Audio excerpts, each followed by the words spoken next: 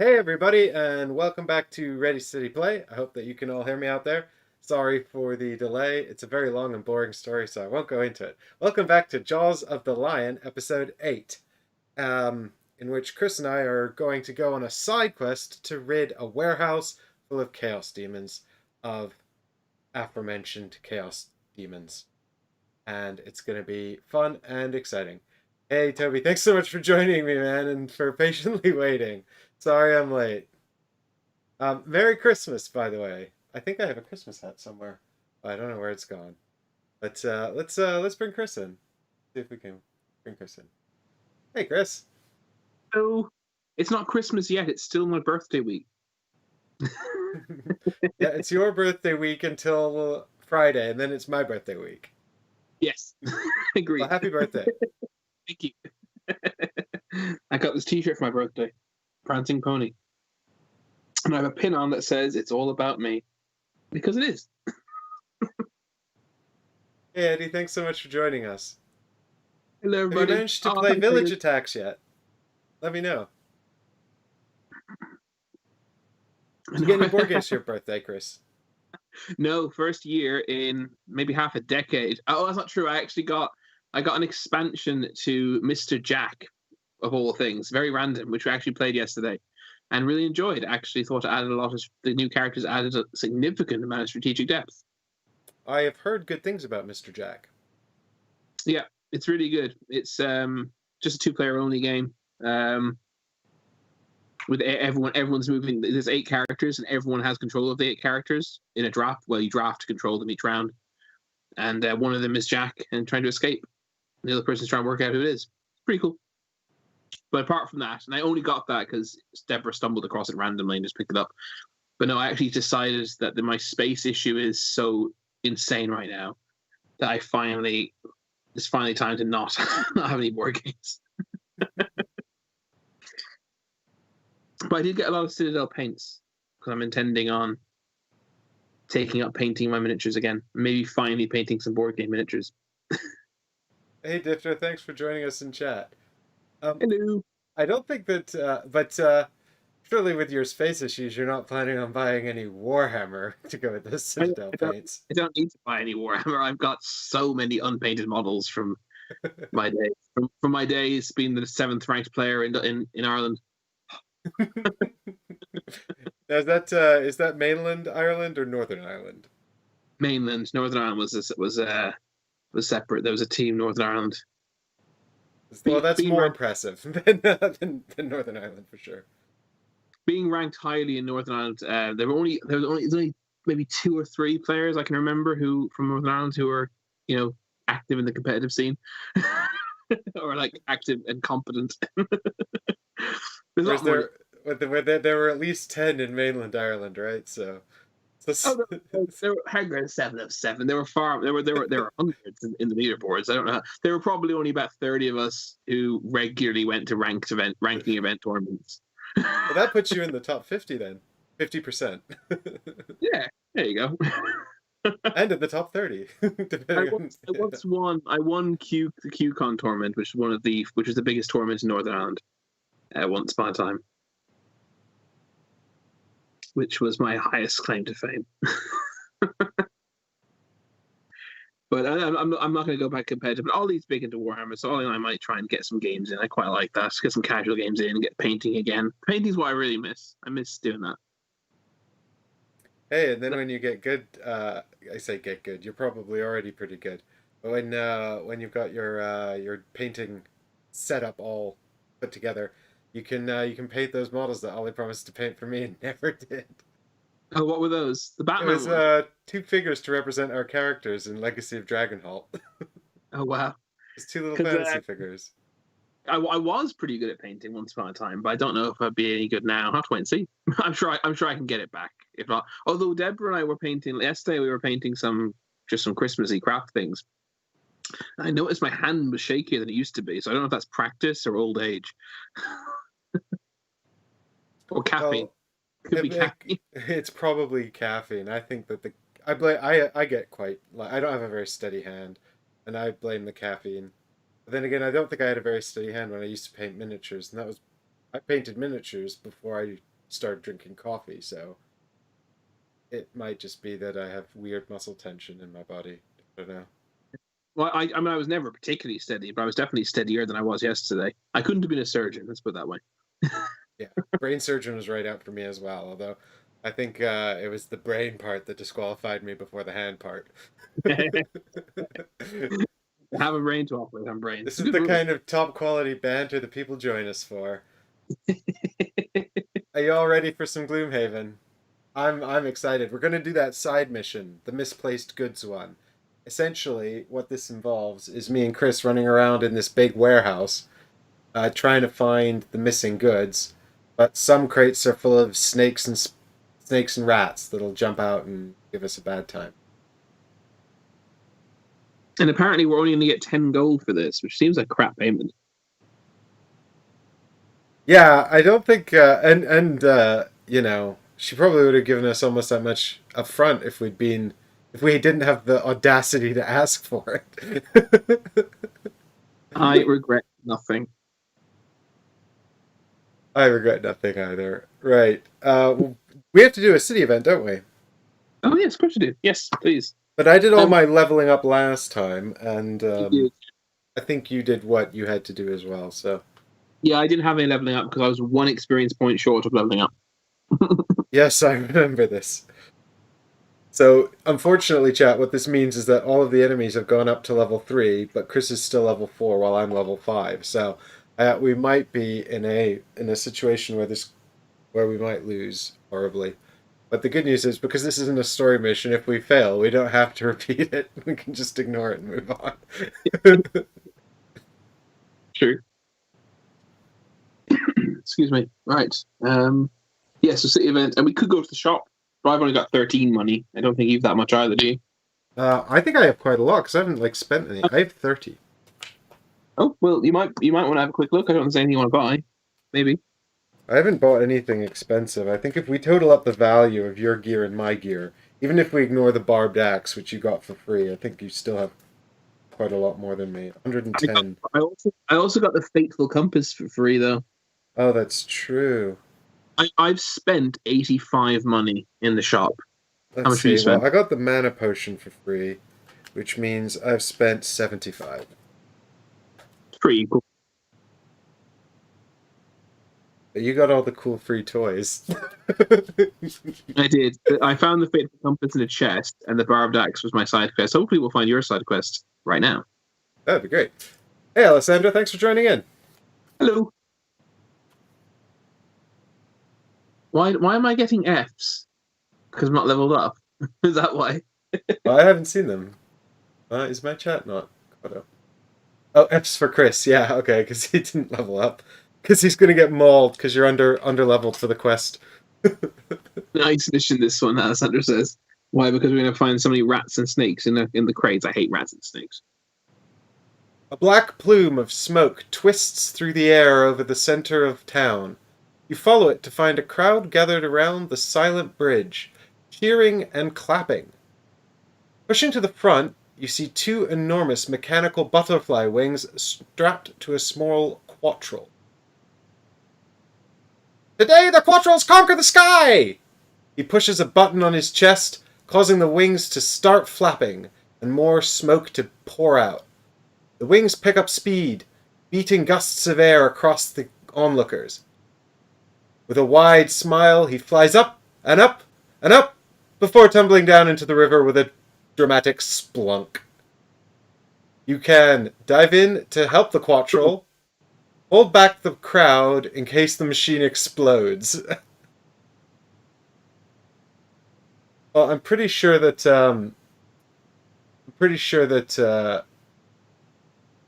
Gehrman's opinion on this one will be, don't get involved. So, well, you say that. Here's the thing, right? He lands in the river, right? Yep. So I'm not worried, or Gehrman's not worried about the explosion. It's in the water. And I see no reason to be worried that the machine's going to explode. That seems like a very random concern to have. I think You just don't know with these magic things. Gehrman, like, sorry? You just don't know with these magic things. Well, Gehrman doesn't like getting involved, as you said, correctly said. But he doesn't like getting involved with, what he perceives to be rubbish and wastes of time. He also, to me, is the kind of person who would very silently and quickly pull someone out of a river, throw him over there, and then leave to be helpful. He doesn't like he's a bit Batman-like in that sense. So I actually think Gehrman would actually rescue him, but not say a word to him or anyone else. So I actually would be voting to rescue the inventor. Sure. I feel like I would support his inventions, his inventive expression. And I have no reason to believe it would explode. Exactly. Exactly. Takes 5 wounds because it explodes as you rescue him. So option A. You dive through the billowing smoke and into the frigid water. The Quattro's limbs are tangled in the wreckage of his wings, but you're able to pull him free and make slow progress toward the riverbank. His eyes open wide, and then he realizes who has saved him. The Jaws! The Jaws! Oh wow! I'm a big fan! And while you can't be sure if it was the impact of meeting you or the impact of hitting the river, he passes out. Nevertheless, you saved a life today. Gain 10 experience points each.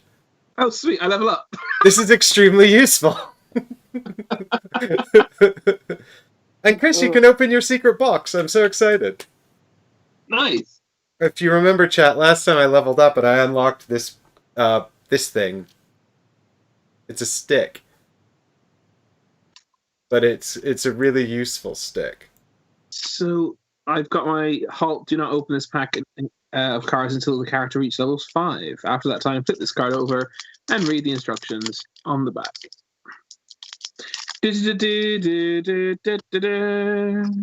Which box is it, Chris? Oh, no, the pack. You're doing the cards first. Yeah. Well, this is going to tell me. This card tells in the box. Congratulations on reaching level 5. There is only one new ability card for your character at level 5, but if you choose to add it to your hand, it will add a new miniature to the game when played. This miniature can be found in the small tuck box labeled A, which you are now allowed to open. Is it the big one? We were hoping it was the big one. No, the big one's O. Oh, is that not A? That's A. The big one is A, I think. No, A is the little one. No, that's an. No, A is the big one. Oh, you're right. I thought it was a lowercase A because it has a little tail. This is really heavy. I really want to know what's in here, and I'm never gonna find out. So this is my one here, I believe. Labeled A. Let me see what's inside. I am also opening my one, and I'm excited, but I'm not going to reveal it till you reveal yours. I appreciate that. Is there actually a seal? Oh my god, there is. Yeah, but I just opened the bottom. Yeah, I think I'm going to do the same. No, I want the experience of opening the seal. Yeah, rip that seal. I will. No, the resale value.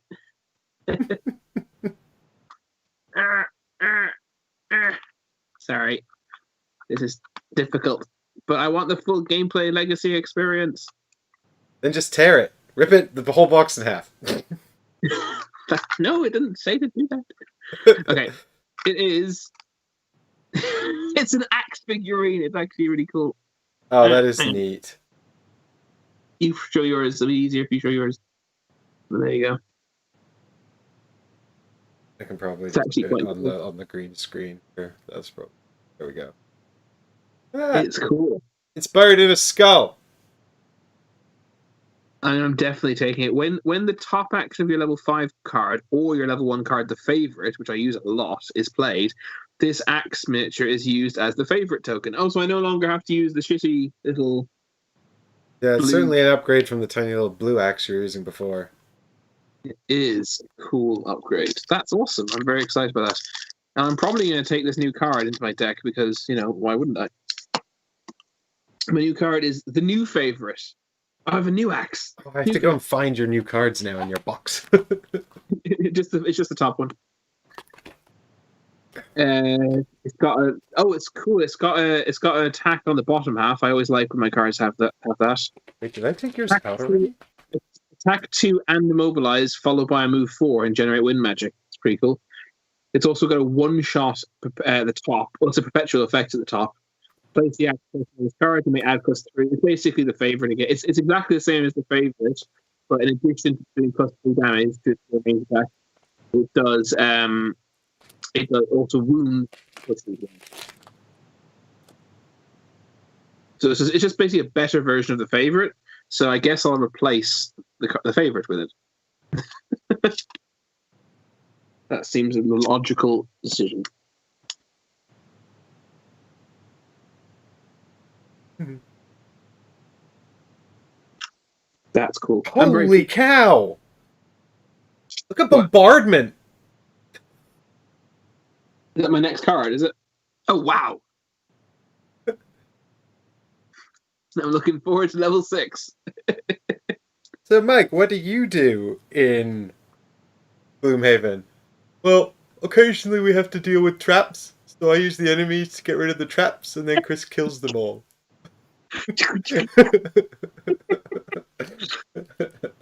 Oh, dear. It does say that the new favorite is, I think it's, you get rid of it though, Chris, isn't it? So it's a one-time use. No, it's a perpetual effect. It's the same as it has the Oh infinity yeah, symbol. it's got the infinity symbol. Yeah, It's exactly the same as the favorite, except better. So I'm just replacing the favorite with it. nice.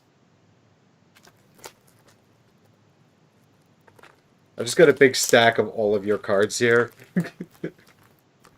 The I can normal find them thing, if I need to show you know, Alessandro, the favorite is I've never interpreted the favorite as you're limited to the 5 tokens. It says very clearly that when the target dies, you place the token on the hex where it died, and if you lose it, you return it to the card.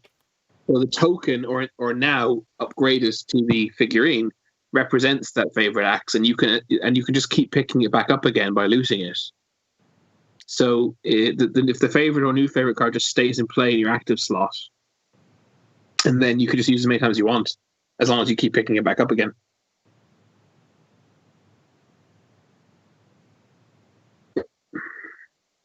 So that's cool. I really like the fact that it was easy to decide which card to ditch for it. This is just a straight up better version of a card I've been using every single game. It's nice when the decisions are easy. Yeah. Okay, I think the only thing to do then. Oh yeah, do you want to visit the shop, Mike? You want to buy something with your money? I don't know. Let me have a quick look at what's in the shop. Where is the shop? Shop. It's one side of this deck. Oh, come here, thing. I also need to get these out. Available items 1 to 14. Amulet of Life. Comfortable shoes. Oh yeah, weren't you going to buy new shoes? And hand-me-down shoes to me. Wasn't that a plan? Oh yeah, you were going to get the weathered boots, weren't you? Yeah, what was I going to buy? Comfortable shoes. When you use the basic bottom action of an ability card, perform move 3 instead of move 2. That's not bad. Or you could buy the winged shoes, which allow you to jump and add +1. No, sorry, just jump, not add +1. I actually can't remember which ones you were planning on getting. But you don't have to. You can get something else if you like. Oh yeah, wasn't I gonna get the black candle so I can do more pointless cursing? I don't remember you saying that, but you could do that. Do you have 40 money?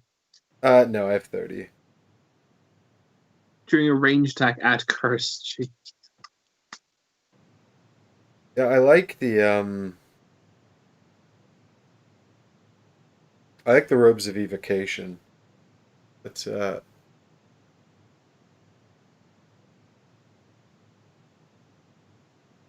don't think that. Well, I can't afford them.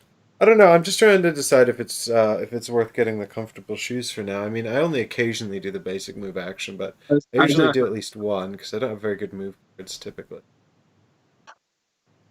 You could hold off if you like, not buy anything for a while.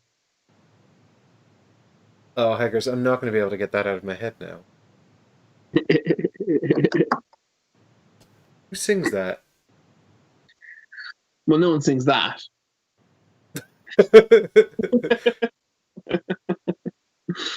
I'm pretty sure those are the exact words. A lot of them are the exact words. There's even obligation to buy now. You could wait if you like. I'll probably wait for a bit. I don't feel enormous pressure because I don't think those are a massive like upgrade from the weathered boots. Mhm. Behavior decks. Behavior decks. Of these behavior decks.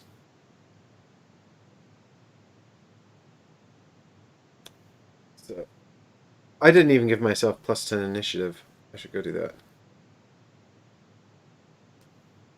You didn't give yourself what? +10 experience. Said initiative, but I realize now that I was dead wrong to say that. You were so wrong. You should be so embarrassed. Fired out of a cannon in the sun. Woo! All right. Oh god damn it! Every time I play this game, I mean to get a pencil, and I never do.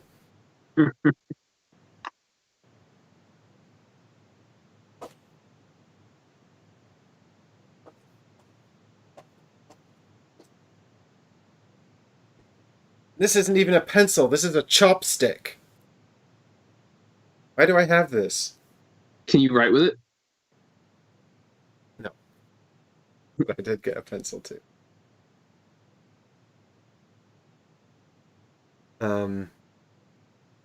Ooh, I'm up to 225.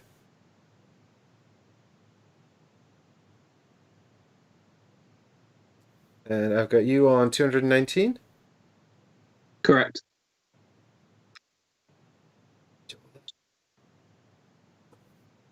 Administration done. Let's get on to the murdering. You need to select numbers for the Chaos Demons. I do. I also actually need to do our battle goals, but that's after, isn't it? Oh, that's well, yes, whatever. It doesn't make any difference. Chaos Demon. Okay, so we got 2 Chaos Demons, 2 regular Chaos Demons. One on page 40 and one on page 41. So the one on page 40 is number 3. Yep. I realize now how dangerous it is to keep my tokens in a mug next to my coffee mug. Yeah. God. This is just asking for trouble. And the other Chaos Demon is number 2. Okay. Sorted. So in true chaotic fashion, Chaos Demon 4, the higher number, is on page 40, the lower page. Oh, I just realized I leveled up. I get a perk. Oh yeah, don't forget about that. That's all you get, right? You get a new card and a perk. Yeah. And more hit points. You now have 14. Oh.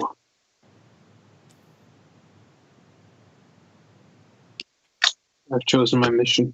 My battle goal. You're going to show the people at home. I shall. I'll show on the main camera here. It's probably easier. Well, look. What I will do is this, I think, should make it easier for them. Is it Big Chris face, is it?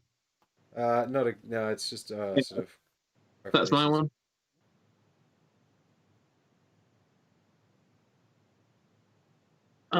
That's one I've chosen. The one I didn't choose was this one. I thought they potentially were both doable in this scenario, but I don't know what's coming out of those crates.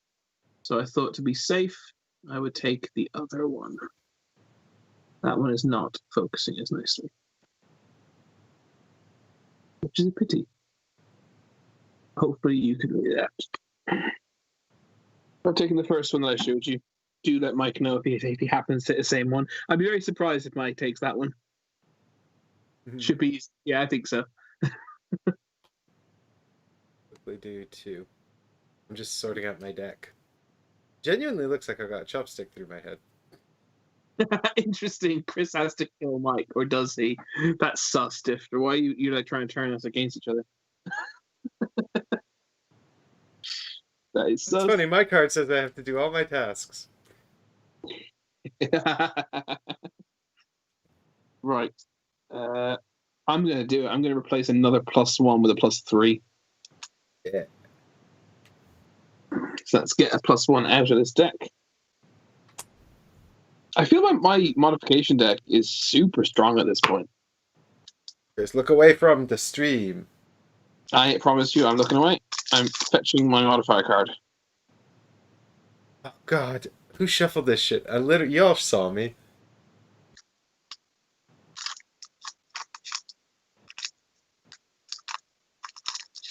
I think this one.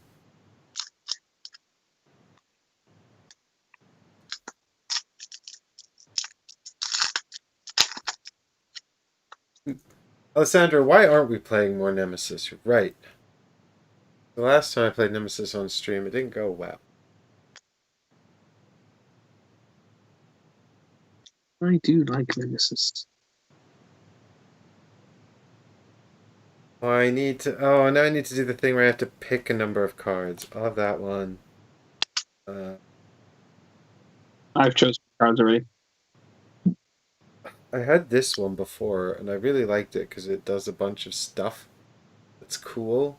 It was really useful previously, but I sort of stopped doing that stuff. I've been focusing on the stuff like that.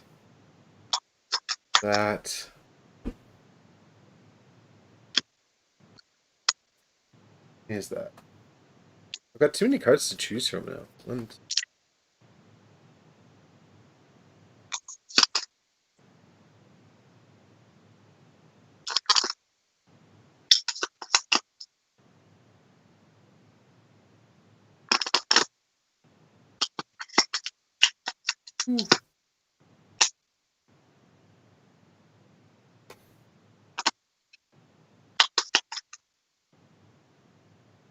That one.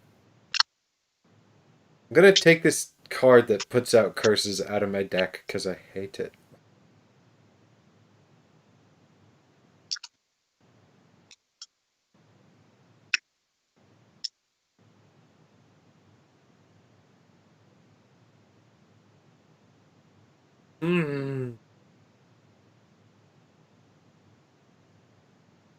This one.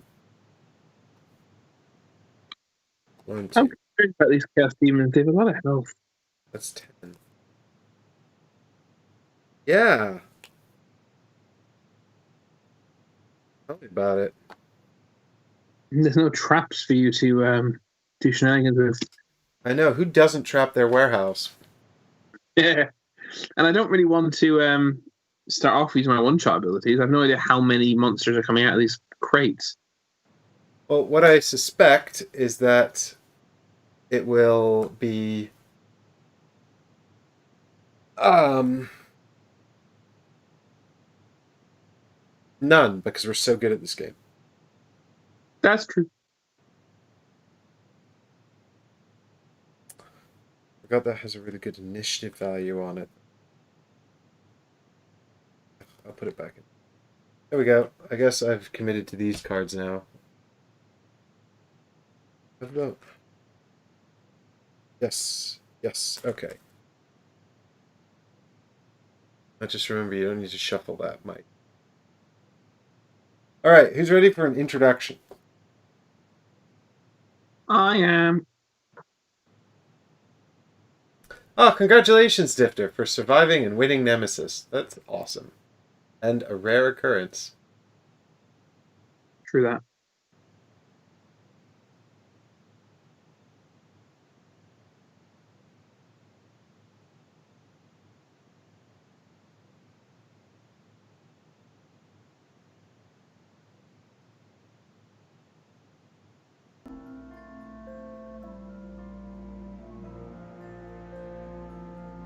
Okay, so you follow the directions of the grizzled Inox, sea captain. Oh god, You follow the directions of the grizzled Inox sea captain to a warehouse in the old docks where she suspects her goods are hiding. I don't think the goods are hiding. I think the goods have been hidden there. But, you know. Semantics. I see you there, goods. No, you don't. Mm-hmm. You can't start looking to me till after the count of 5. You have to shut your eyes. You're not quite sure what to expect when you push through the oaken door into the dimly lit stock room. Various sundries are scattered everywhere, as if stored hastily. Near the center of the room, you see the culprits, a group of chaos demons, none too happy about you barging in. Fighting them will be one thing, but finding the right goods in this mess will be an entirely different matter. Who knows what is in store for you? You know, I kind of feel a bit like, what were they talking about before we showed up? You know? These chaos demons. Like... Yeah, I didn't think of chaos demons as creatures that would, steal goods. To be honest. Exactly. Like, hey Jeff, our plan's going off without a hitch. You're right, Clive, I can't wait to get back to the plane of disorder and use this money. Is it the name? Clive and what was the other one's name? Yeah. Clive and Jeff. Okay. Interesting. Yeah, exactly. Hager's Jeff's like, Clive, the thing about law and order, on the finer points of chaos and anarchy. Okay. You see, you see, Jeff, the problem with law and order is that you cannot have chaos and anarchy without it. We require some sort of order in order to be chaotic. It sounds very advanced for. I mean, to be debating Nietzsche, I find these chaos demons very. It seems strange that chaos demons would debate Nietzsche, though. I would have thought they would kind of be on one side of that fence. Well, but surely by being predictable, then they're going against their very nature. So if they're going against their nature, that's chaotic. So as I said, going against what might be predictable, right? So what you say is chaos demons are always chaotic, regardless of whether they're actually adhering to chaos or to order, which means it was. So it's weird. They're debating it. See, I feel like the very nature of the chaos demon is unknowable because they're chaotic. Okay, we got some special rules here, guys. We got a bunch of lettered boxes here on the map containing what appear to be apples, but are surely not. Anytime a lettered hex is looted, place an activation token on the hex and reference the goods index on the inside back cover of the rules glossary. Below the treasure index, to see the results. Do not look at any of the other results when you do so. If you do look at any of the other results, carve your eyes out. If any monsters are spawn them in empty hexes closest to the loot box. They are always all normal for 2 characters, and for other character counts it's different. When 5 goods are found and all revealed enemies have been killed, the scenario is complete. Cool. So, as we proceed to nail this, we will only have to fight 2 chaos demons. That makes perfect sense. I've actually already decided my first 2 moves, believe it or not.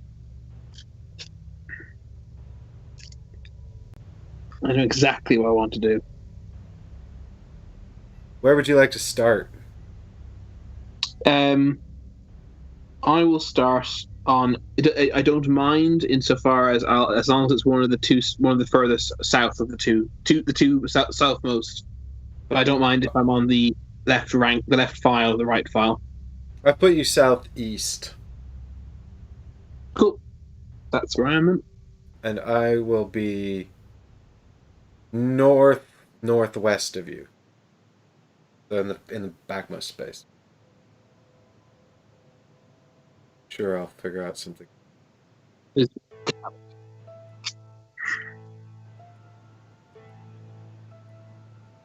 Okay. I have chosen my 2 cards. Not Okay. as exciting as you might be hoping for. I'm moving pretty quickly. You already know what you're doing. I mean, we need to kill the Chaos Demon, is my. But I'm also trying to set myself up for my next turn.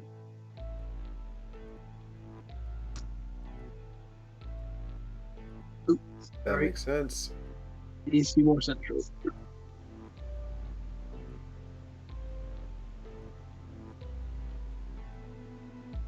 Both the axe and the hammer. That is how I shall remember where to place them.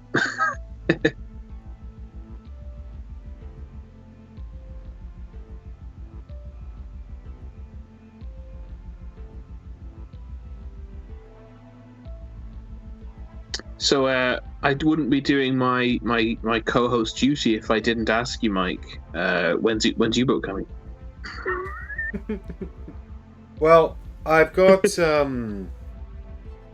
my last day of work on Friday, so it will be coming as soon as possible after that.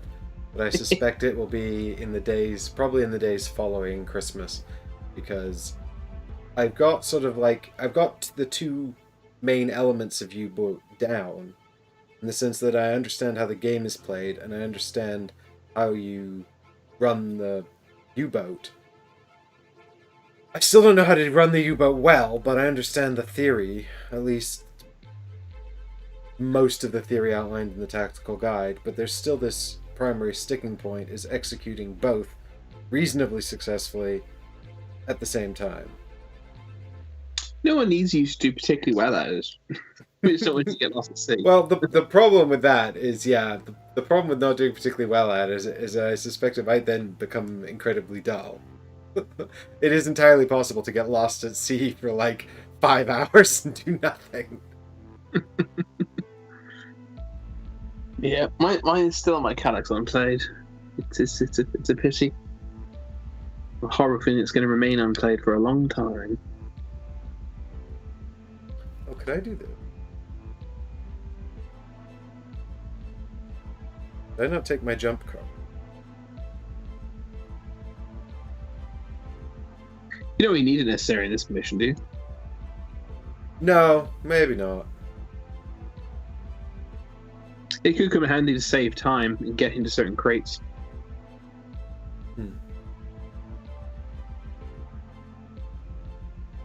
Hello, Richard. When's Tainted Grail the Last Night coming? I'm up to chapter 5, so I can laugh at someone else finding out how incredibly hard they've made the opening chapters. You're up to number 5 of the new campaign.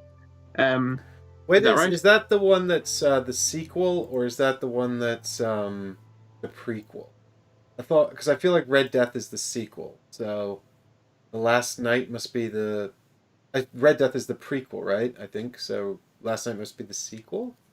Must be. So to answer your question, my Tainted Grail's Wave 2 is arriving tomorrow, according to my shipping notification. Exciting. It is exciting. I've finished the base game campaign. No idea when, or indeed if, frankly, I'll get to the next campaign of it. I'm going to have ether fields on my shelf, which I made room for on my Calyx, in the hope of getting it played. I was intending on starting Etherfield next, before going back to Tainted Grail or anything. But it's arriving tomorrow, so we shall see. Unfortunately, it's arriving tomorrow, literally days after I once again sorted out all my space, filled the Calyx, put stuff away. Some games have now been relegated into like a plastic, crate in our shed downstairs. I really need to have a call and sell a bunch of games.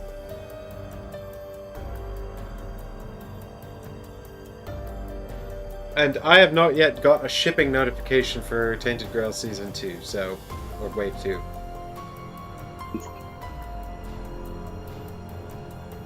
Hey, Best of Star Trek. Glad to hear you're enjoying Gloomhaven. Jaws of the Lion.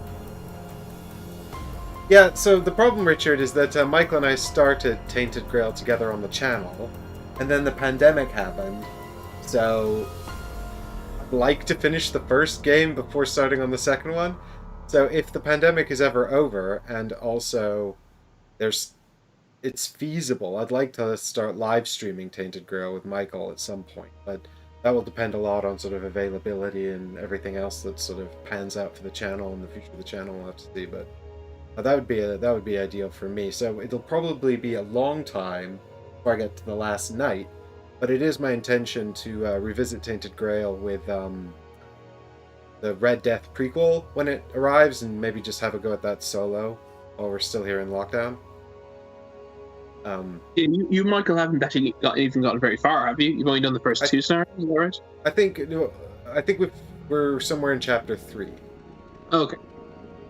So yeah, I mean, still plenty of time. Best at Star Trek. I was enjoying Etherfields last time after the last stream.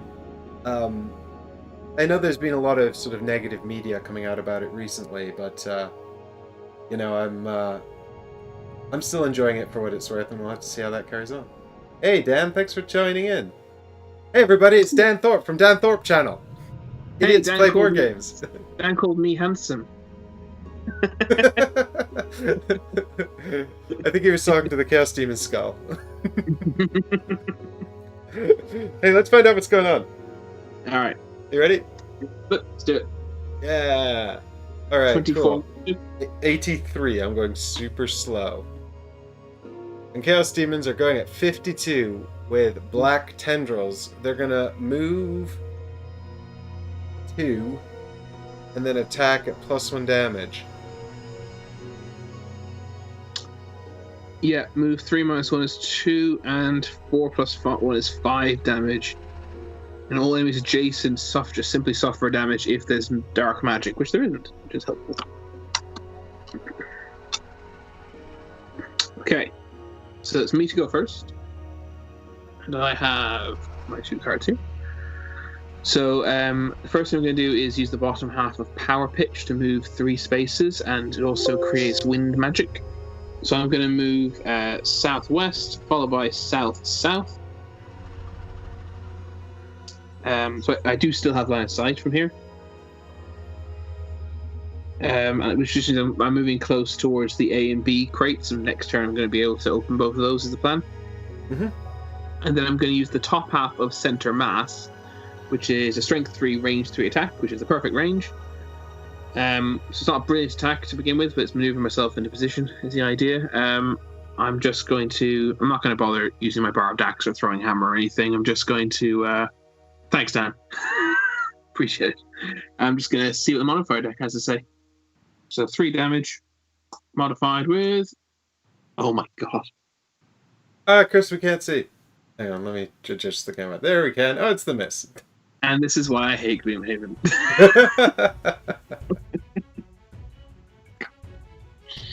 That's my turn. Over to you, Chaos Demon. So the Chaos Demon, I guess we activate number 2 first. That'll just move northwest, and then northwest or southeast? Southwest. Yeah. Yeah. Do we have a preference? It won't matter anyway, I think this is going to come... It just moves southwest 3 times. That's just the only option it has. But number 2? Yeah, number 2 is on page 41, right? Yeah. Oh god, I've put it in the wrong spawn point. Jesus Christ. Okay. There you go. Right, there we go. I've sorted its life out. See, Jeff, I thought Jeff and Clive were really close together so they could have a nice chat, but it turns out they're really far apart. So he was like, "Hey!" Well, one of them, I think they separated because one of them was going all order in the Chaos Yeah, Sky. he was like, you sound like you're pulling what would that be? I'm trying to think what that would be in the Chaos Demon world. Like, God, you're so left wing. Well, Apollonian. If you want to continue the chaos, the order versus chaos debate that you started. Right, where's number 3 going? I guess he's going to go walk up next to me, isn't he? Bink bonk. And then does he smack you? Yeah, he smacks me for 5 damage. Oof. This is so bad. And then we draw 2 cards, don't we, and find out what the modifier is. Why 2? 1. I just stunned him. I'm such an idiot. Although, would that have even worked if I missed him? Maybe it wouldn't have. Did you move 2 or 3 spaces? They are moving... Oh, they're moving 2 spaces, actually, so number 2, yeah, is in the... Oh. Yeah, he moved first. Ugh.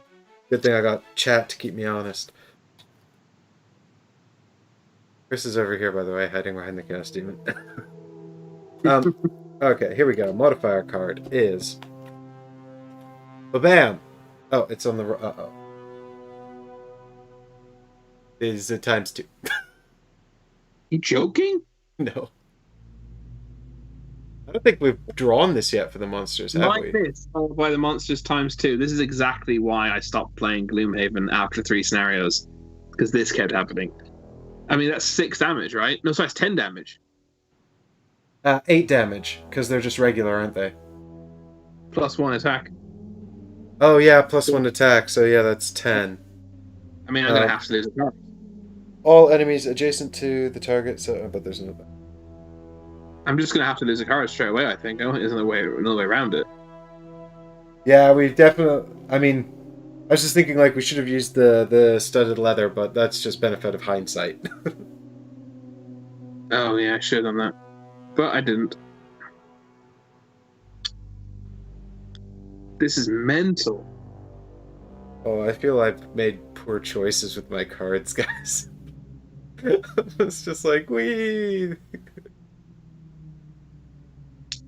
It's alright. This opening challenge is gonna set us up for fun later on. It's just losing a card straight away is not ideal.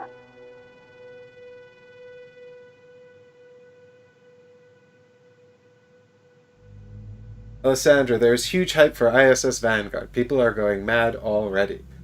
Oh, pretty standard for an Awakened Realms campaign, isn't it? Isn't it?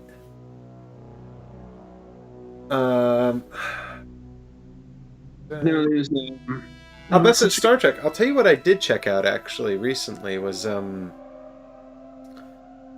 I've got sort of like so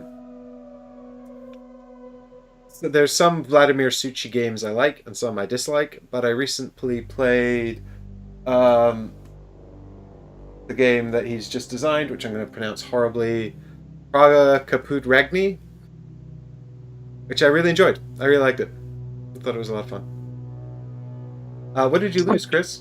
Chosen to lose stopping power because I have 2 cards that are very similar to each other. Or at least the top half is very similar. One of which is stopping power, and I don't see myself using it for its one-shot ability at the bottom anyway. I'm looking. All right. The problem with this is now I'm going to have to like start playing well. Yeah, that'd be ideal. Duly noted. Well, it won't happen this turn. It's already made my mistakes, but next turn, you better believe it's going to go well. Okay, they're done now, aren't they? They're done. Thankfully.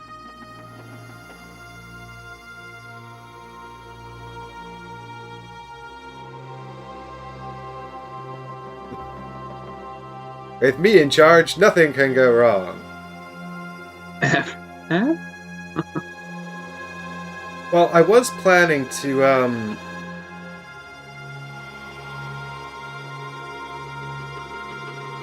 Damn it, I should have started 1 space further forward. I'm just going to prepare this one, Master Influencer, Master of Influence. No. So that I can control minds more effectively. And then I was going to use the bottom half of this to like give us a bonus attack, or else I could attack. But unfortunately, it only works within range 3, and I'm out of range of the enemy and you, so it doesn't matter. So I'll use it for 2 movement, I guess, to just approach the enemy. Right. Don't worry. All will be well. So I moved southeast and the south.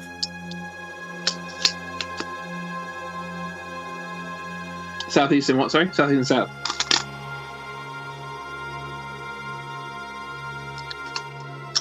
And now I'm gonna come up with a boss killer plan to win the day. Can't believe I got a miss and he got a 2x on the first turn of the game. That's all our bad luck out of the way, though. I certainly hope so.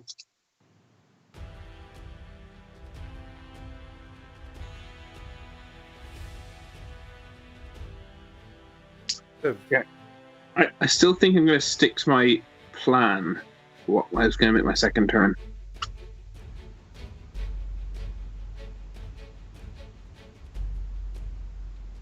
Okay. And are you muddled now? I'm not, am I? Yes, Yeah. has muddle, yeah. That's very upsetting. Ugh. Don't worry, Chris, I'll curse them.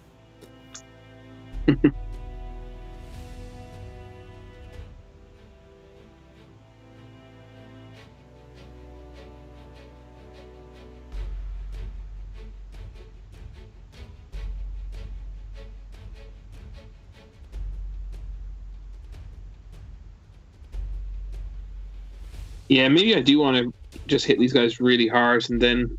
But there's so many crates to open. But the thing is, we probably want to take out the Chaos Demons first, right? Because if we start opening crates, we could just spawn more enemies. Yeah. Absolutely. Plus, we didn't even check with chat which crate we should open first. I see you've gone straight for A and B, which is obviously what's pissed off the Chaos Demons because they don't like that you're doing them in order. But we've got crates lettered A through M. And so, chat, if you can just tell us which crate has the things in it, without obviously checking the actual table in the game, just give us your best hunch. Let us know which crates we should be checking. That'd be great.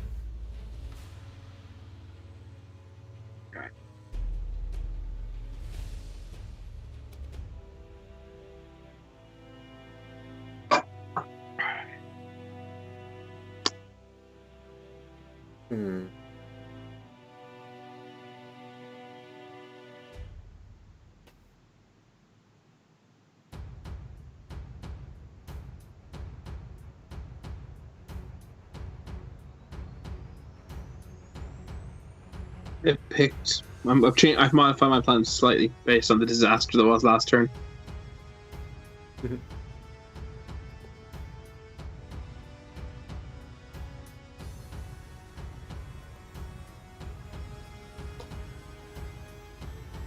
Damn it. C for Chris and M for Michael. That makes sense.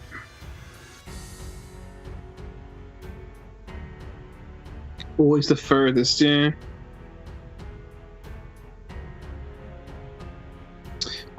I reckon A and B are okay. I reckon one of those is needed to encourage you along. I also reckon that F and G are necessary. I did not bring enough cards. You bring enough cards. Yeah. That have attacks and stuff on them.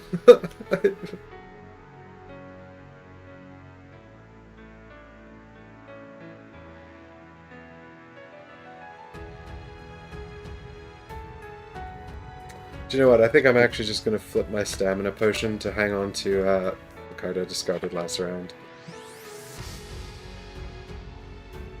I probably should have done that before my turn ended.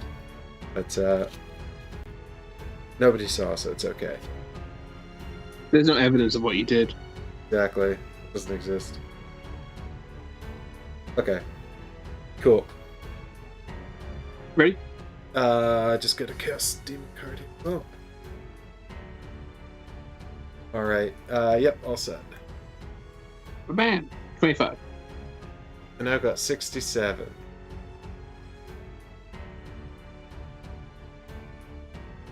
And the Chaos Demons have 41. Move 0. Attack 0 with advantage. They've also got heal if there's, in fact, light magic. But there's not, so... Okay, I'm going for a double attack, essentially. So, bottom half of close cuts is going to allow me to attack 2, move 2. So hopefully this will, if the model is going to cause any trouble, hopefully it will happen here and not on my better attack. I could use my eagle-eye goggles to negate it.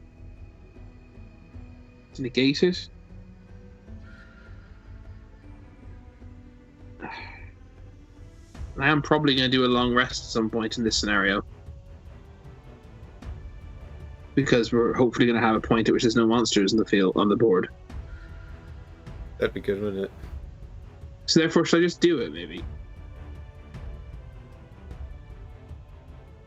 But the other way of looking at it is if the next 2 cards are both bad cards, then having the model actually gets rid of both of them in time for my next attack.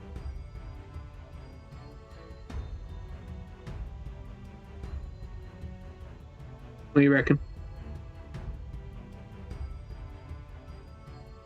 Any theory? I don't think we have any. I think we don't really have anything to go on because we can't predict whether the next 2 cards will be good or bad. You've just reset your deck, so I reckon you. Sorry. I'll save in that case. I was going to say use it because the faster we kill this guy, the less time we have to spend dealing with both of them. What I was thinking is if I save it, though, I can use it then on a bigger attack that I definitely don't want to miss. Yeah, that's sensible. Plus, there's every possibility you'll be muddled again. Yeah, so I'll leave it for now. I'm going to draw 2 cards. Oh, fuck off. Gloomhaven continues to mock you. Well, if ever there's any question mark over do I stack my advantage deck off camera, there you go. I sure as hell don't. And the other card is a plus my least. Well, actually, you know what? At least it's a +3, which That's true. So actually, which of these is worse technically? +3 is actually better, because it's 2 times 2. So I mean, rules as written, I assume we have to use the times 2. Because it actually adds less damage. Yeah, because if we use the one that does less damage, surely. So we use model says disadvantage on attacks. Yeah, it doesn't. And disadvantage is draw 2, use the worst. I can look up the in the glossary the exact wording of disadvantage. I'll buy it. It's just your modifier deck is so good. Even your worst of the 2 cards is a ×2 multiplier. Well, it's because the attack is only a ×2 attack. It's only a level 2 attack, I guess. Disadvantage. Where are you? Disadvantage. Oh, best of Star Trek. We used to play small games. I say that. We never played like sort of really light games. We used to play them around Christmas time. It's part of our Christmas special, but you know, mainly we've been doing this kind of. Well, the reason we've been playing Gloomhaven so fastidiously, outside the fact that we're really, really enjoying it, obviously not Chris right now, but you know, in general. What was that? Sorry. I'm just making a glib joke about how unlucky you've been, but. Oh yeah. You know, is because we managed to set up this way of playing simultaneously over the live stream. So it's just been sort of very, you know, good that we've been able to do that and keep sort of producing physical board game content, even remotely. It just says disadvantage where it is not clear which modifier card is worse because of effects other than numerical value. Apply the first card strong. Yeah, we're meant to use the 2x because it does less damage. That's pretty clear. Okay, so that does 4. At least that does 4 damage to it. So that, although it was annoying that that the model was annoying, it could have been a lot worse. Uh, 4 damage.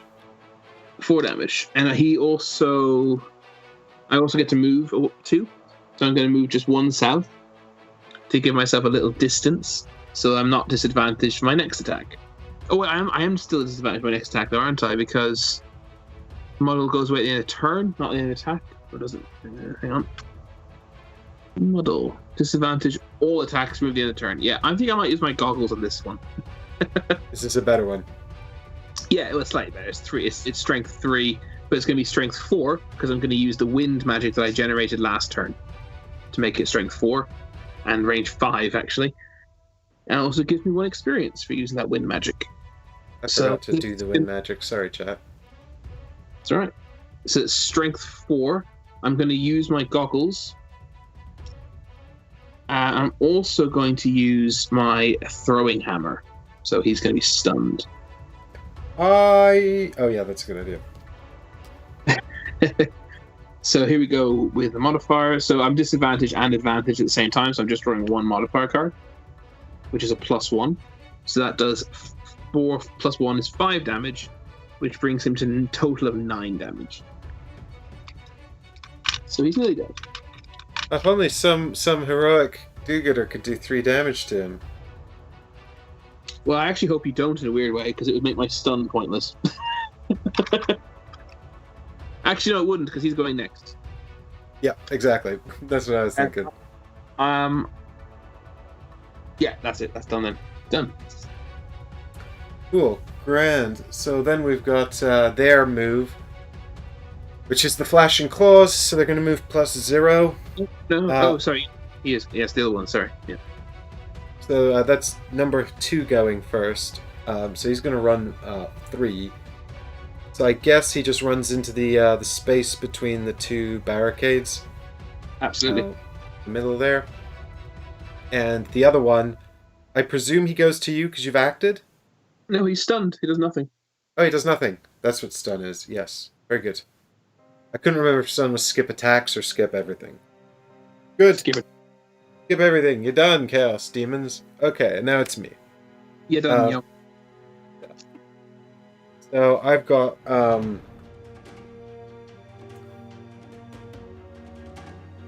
Lure of the Void, which is going to disarm him and make him move 1 space. So I guess I'll just retreat him back to here and leave him disarmed. Just in case I fail to kill him, because I'm not very good. And then I will do attack 3, range 3 against him. And hopefully I'll kill him. Before you draw from your modifier deck, I'd just like to point out that we've had 3 modifier deck shuffles, and we've had a miss, a 2x, and a 2x on top of those 3 shuffles.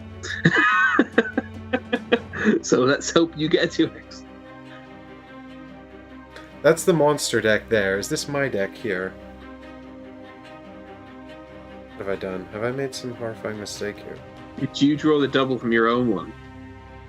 No, I've just somehow got the monster's double. No, what I've done is I've drawn it from the monster deck and then put it in a discard pile next to my deck. Because I'm just getting confused. Yeah. Disarm is that token. Here we go. Have that next turn, even if you don't kill him, that's good.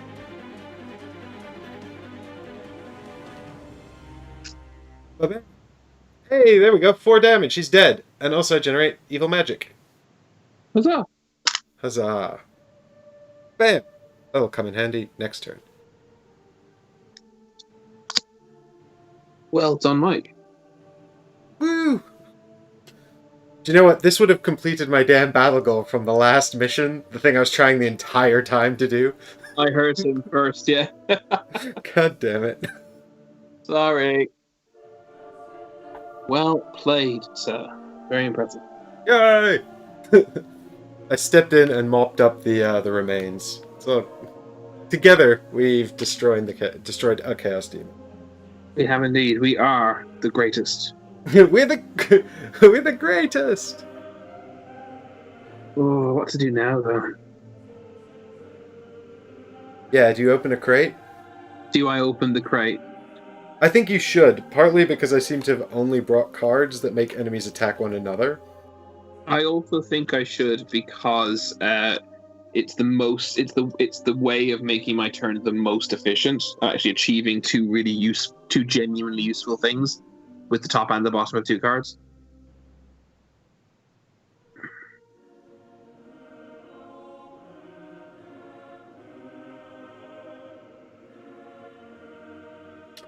Obstacles don't block line of sight, right? I think you said earlier that you still had line of sight, but actually the green obstacles don't block it, do they? You're right. I had line of sight even if they did, but you're right, they don't.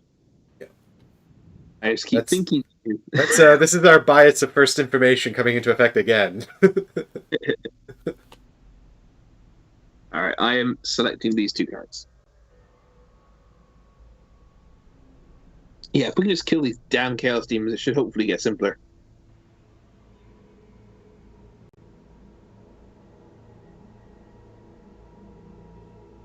Yeah, I agree.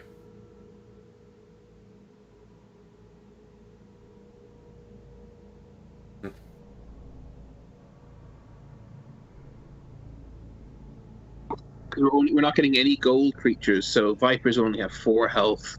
Rats only have 6 health. Shouldn't be too bad. Oh.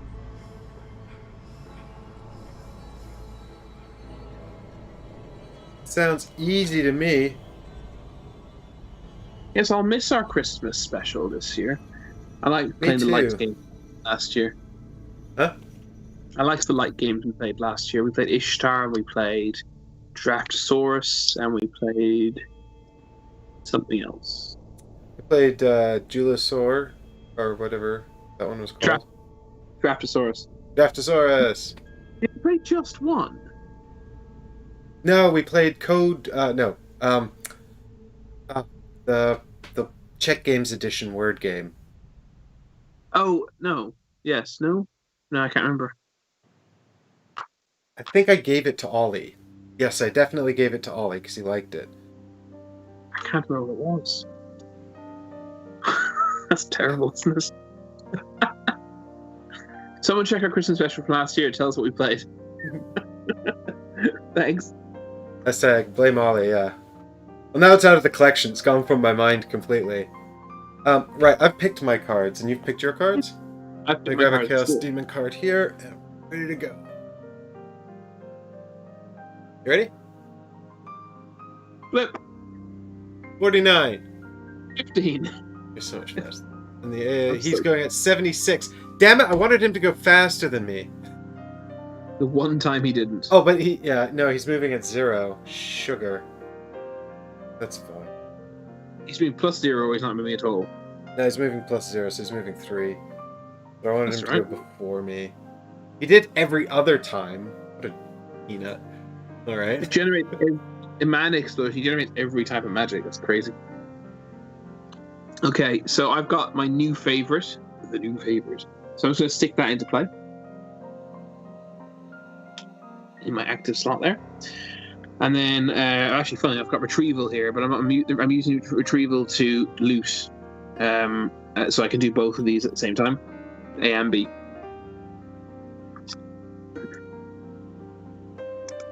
So, I should have reshuffled my my mod deck. I'll do that in a second.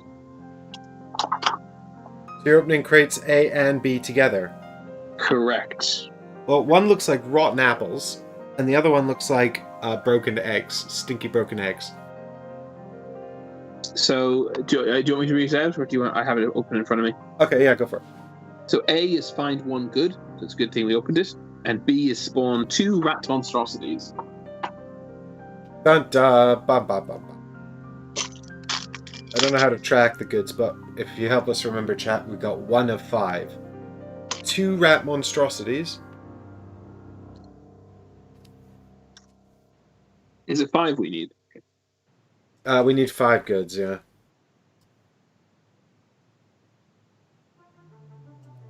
They're going to attack me, which is really upsetting. Okay, we've got rat monstrosity 6, who I guess can go into the space northeast of you.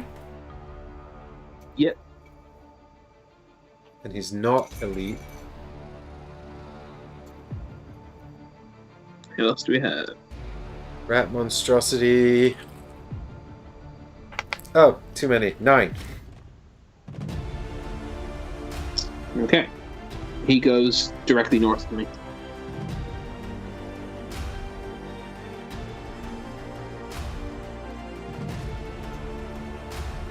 Unfortunately, that's my entire turn. But at least I found it good. Okay, well, I was gonna try and attack that Chaos Demon, but now I might attack the rats because they're closer. You need to draw a card for the rats now. Oh my god. A monstrosity. 52. Move 0, attack +1. If this attack is performed, the monstrosity suffers a damage. It's called Unstable Scratch. They actually drew the big attack. Bloody hell. And we've got over here some rat monstrosities. They do 3 damage, and it says, on death, all adjacent figures suffer 2 damage. What? These are the ones that explode when they die. Oh, sorry. Yes, I understand. Sorry, you're talking about the behavior. I thought you drew a second behavior card, and I was like, what? No, they just, on death, all adjacent figures suffer 2 damage. You have a good jump. I don't have a jump now. Oh, I do actually, I think, but it's a one-shot. Well, no time like the present. Well, I can use my Faithful Compass to move them out of the way as well. But that's initiative. What's your initiative? 49. So they're all moving after me. Yeah, so you go next. At least the Chaos Demon can't attack us. So, probably best for me to attempt to deal with these things, isn't it? That would be most helpful.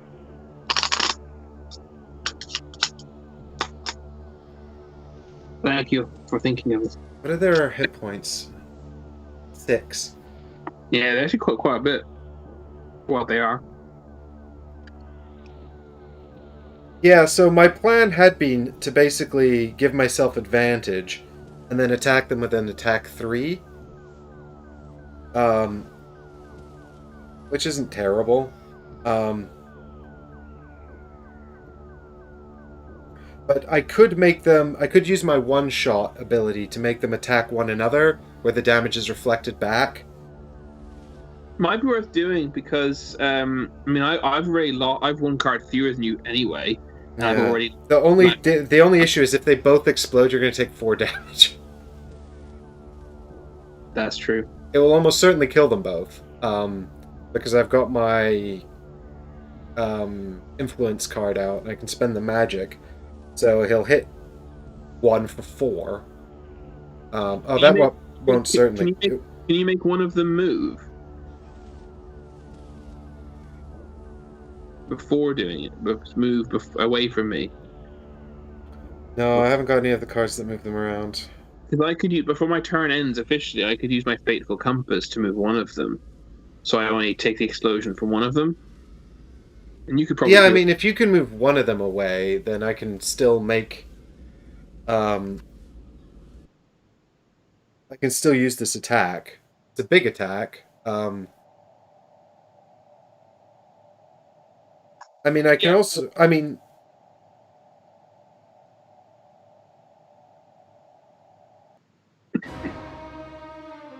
Yeah. Shall I do that then? Well, I'm just thinking because I've got sort of these two. Oh, I've got these two options here. There's a lot going on these cards, but basically it's like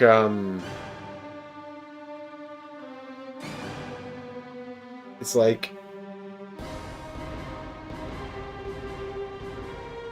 I can. I've got these two sort of one-shot abilities. Actually, it's unlikely that they're gonna wipe each other out, though. 4 damage. I can't give myself advantage. Oh, but they'll have advantage anyway because of my influencer card. They'll use my deck as well. But yeah, so it'll be a 4 damage attack with advantage. but they've got 6 hit points.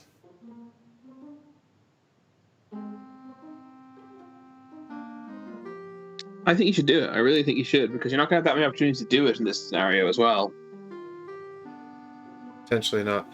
Okay, well, it leaves me with a rather useless thing on my other... I mean, the thing is, I could do the top of Savage Instinct and the bottom of Turn Out the Lights, which would definitely wipe each other out then, but I'd lose both of those cards. Yeah, no, lose one of them, not both. I think that's the right way to do it. Mm-hmm. Okay, cool. You can. I don't know. You can't. I was thinking you could heal me with the other one, but you can't because that'd be both bottom halves. Oh yeah, that's a bummer. Yeah, because I was going to use that to strengthen myself and then do the attack on Turn Out the Lights, but I was planning to just shoot the Chaos Demon. Yeah, no, I think you should make them attack each other, definitely. So I'll move number 6 one space north, so he won't hurt me when he explodes. I can take 2 damage. You can heal me later, I'm sure.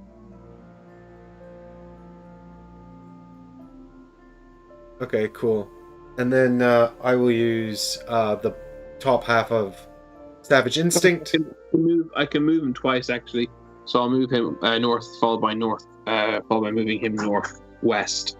So they're both directly north of me. Because that means I've got a clear path out as well, if you were to not kill them. Well, they're going to move after this anyway, though. It's just going to come back to you, or to come to me, I guess. Well, one of them will attack you then, which is also a good thing, considering I've already suffered serious casualty. Okay.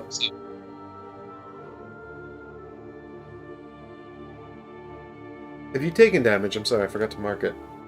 No, I haven't taken damage. I lost a card. Right. I think 10 damage.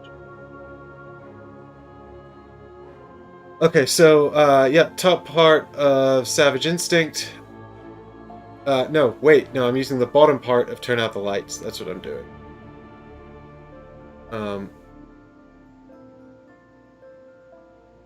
Wait, you can move him too? Yeah. Oh, move him right next to me then. Why? Well, because the attack I'm using, which is the bottom half of Turn Out the Lights, it's range 3 anyway. Like, he can attack a range 3 enemy, so he can attack his friend from there.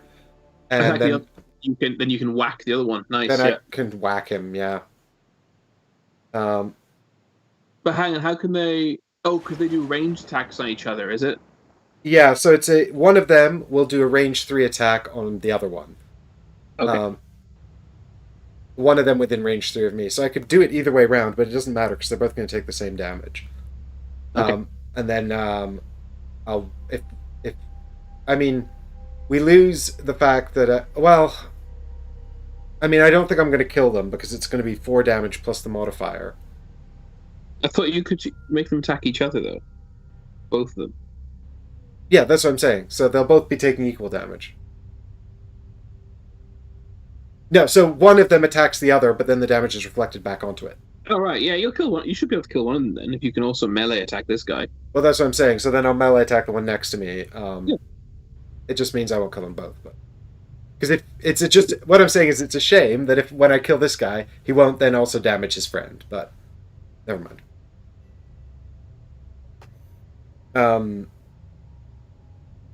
If I can do 5 damage, his friend will die when he attacks you anyway. Yeah, true. Okay, so here we go. I'm going to spend the sun magic, because I noticed that that's the magic that heals the monstrosity. And then I'm spending that to activate my Master Influencer card, which means that the rat is going to attack with advantage on his friend, and why is there sun? How is there sun magic? The mana explosion from last round. That's this round, isn't it? Oh, is that this round? Yeah. Oh, I've preemptively done it. Okay, ignore me. There is still dark magic, though, so I'll just spend that. Yeah, use the dark magic. Yeah, there's dark magic left over. Yeah, I got ahead of myself. I lost track of things, and then I updated the... do you know what? I'm explaining a stupid mistake. Let's move on. So this is a 4 damage attack from one rat onto the other with advantage. And +1 damage. Well, Yeah, the four includes. Here we go. Oh, times 2. Okay, well, he's done 8 damage. They both die. Wow, that's remarkable that we've actually had 3 times 2 and a miss appear. High God. stakes game. So both rats explode, dealing 2 damage to each of us. Yeah. But at least they're both dead. This is true. They drop money as well. I'll just take that 2 damage to my face. I'll just suck it up and take the 2 damage as well. I'm down to 8. Chris is on 12. I'm on 10. Oh, did you take 2 already? No, I start on 12, don't I? No, because you're level 5 now. No, I forgot that I leveled up to level 5. Cool. Sweet. Okay, so yeah, so I've got to get rid of turn out the lights. I've used that. I get 1 experience point for burning it, and I've got the top half of Savage Instinct left to use, but I can't do anything with it, so that's why. And then the mana explosion occurs. He moves 3 spaces. So I guess he moves on to the spawn point of his friend Clive. And he mana explosions. And he makes all of the mana in the world. Yeah, but then it's at the end of the round, so they immediately go down to waning.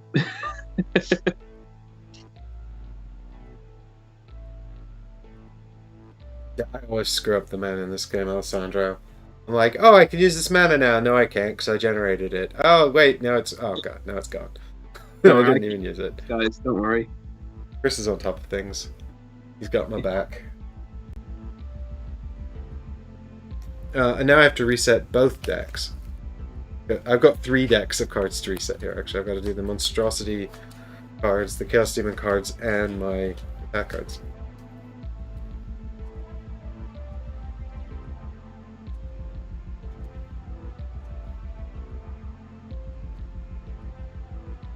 With advantage, you can choose which one you want, or do you use the... Yeah, you can choose. No, you choose. Yeah. I just happened to read that when I read the disadvantage section a moment ago. Oh, I should give myself 2 more experience for using for putting the favorite into play. So I'm on 3 experience now. We're neck and neck. Do you have 3 as well, do you? Yeah. I haven't been tracking yours actually, but I'll do that now. Okay. Oh dear. Not happy with my initiative cards right now.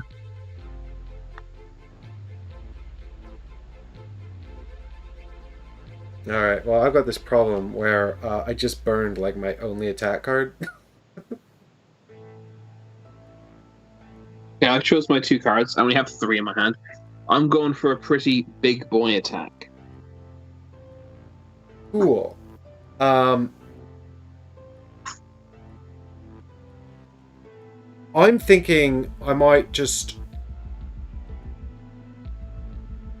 focus on the objective. Okay. I guess that means you're jumping.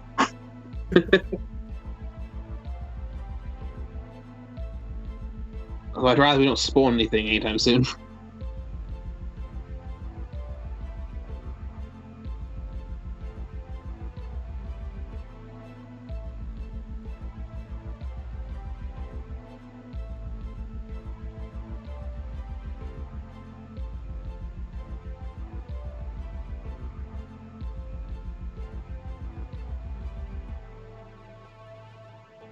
You've taken 2 damage.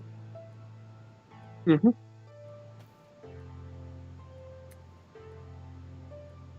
You guys, I did not bring a good selection. Don't overthink it. It's only a game.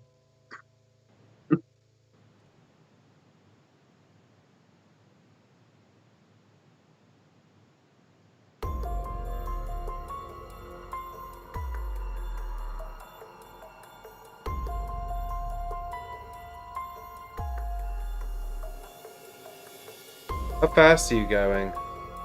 Not very. Slow, in fact. Wish I wasn't.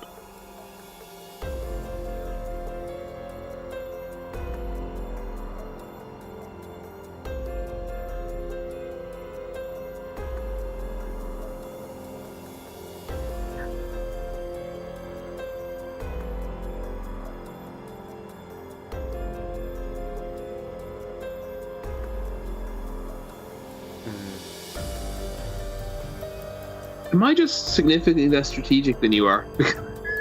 I think it's because my cards are just like, all of my cards are like, make something else something happen crazy, my cards are weird, right? They're not like attacker or whatever, and I brought what I thought would be a fun selection of cards to manipulate enemies, forgetting that there might not be all that many on the board at any given time.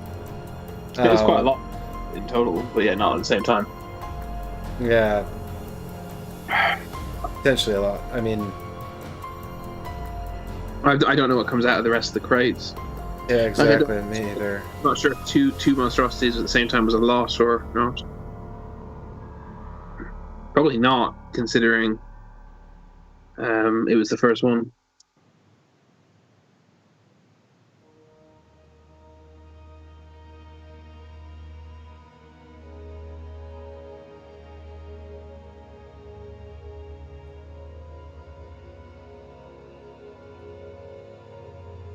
I just had a crazy idea. Okay. I'm going to explain it to you after this, because it might just be really funny. Oh no, damn it, it won't work though, possibly. It might work.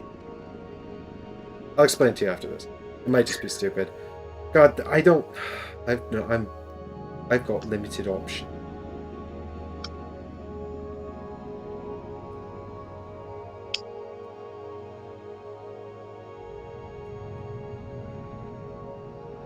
No, I'm not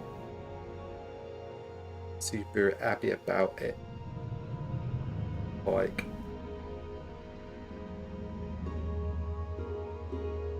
if you've limited options, it should be an easier decision. Yeah.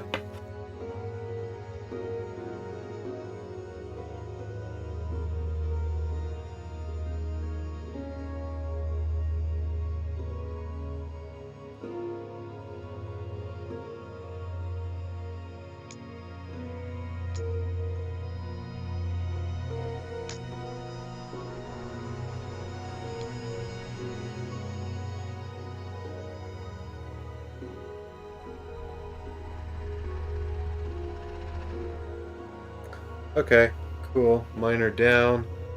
And here's one for the Chaos Demon. Let's see it.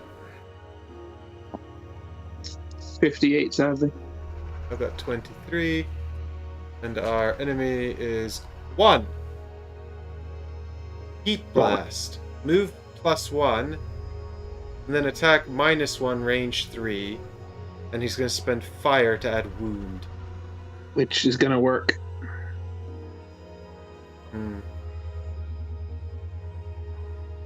And he's going to come after me, right? Yeah. Is it possible to get rid of wound? Remove when healed. Yeah. Okay, this will be fine. I'm not worried. So he moves. He has range 3, so he actually doesn't move he doesn't move then, does he? Because he doesn't need to move. So he can shoot either of us from where he's currently standing. So he picks you because you've lower initiative than I do. Yeah, I'm acting first. So he's going to attack you for 3 damage. Is that right? Yeah. 4 - 1 is 3. So 3 plus modifier and wound. Dun, dun, dun, dun, dun, dun, dun, dun. Bam! +0. 3 damage. You can take that probably, can't you? Down to 5? I'm down to 5, so it's fine. That's survivable. Okay. And also I'm wounded, and the fire magic is spent. And it's your turn. Okay. I'm going to use the bottom part of suggestion to move 3. I'm going to move into this... You take another damage now immediately. Sorry, your turn. Because of wound, so I'm down to 4. Yeah. Which is I'm not going ideal. to stop in the space to north of you. Then I'm going to spend the dark magic to add a curse to the enemy deck. Ooh. Two north. Useful curses. I was about to shuffle it into my deck. I need to reset my deck. And then I'm going to use Close to the Abyss here, which heals us both for 2. So just removes my wound. No, it removes your wound as well as healing you, I think. Yeah. Poison prevents healing. Wound goes in addition to you being healed. Grand. Well, then that's even better than I thought. You're up to 6 health, and you're not wounded, and I'm back up to full health 14. Yeah, now kill this thing. I'm hoping to. You finish your turn, eh? Yep, that was my whole deal. Okay, I'm just going to move 1 space north with a basic movement. It's the bottom half of a double throw. Just to loot that money, because why not?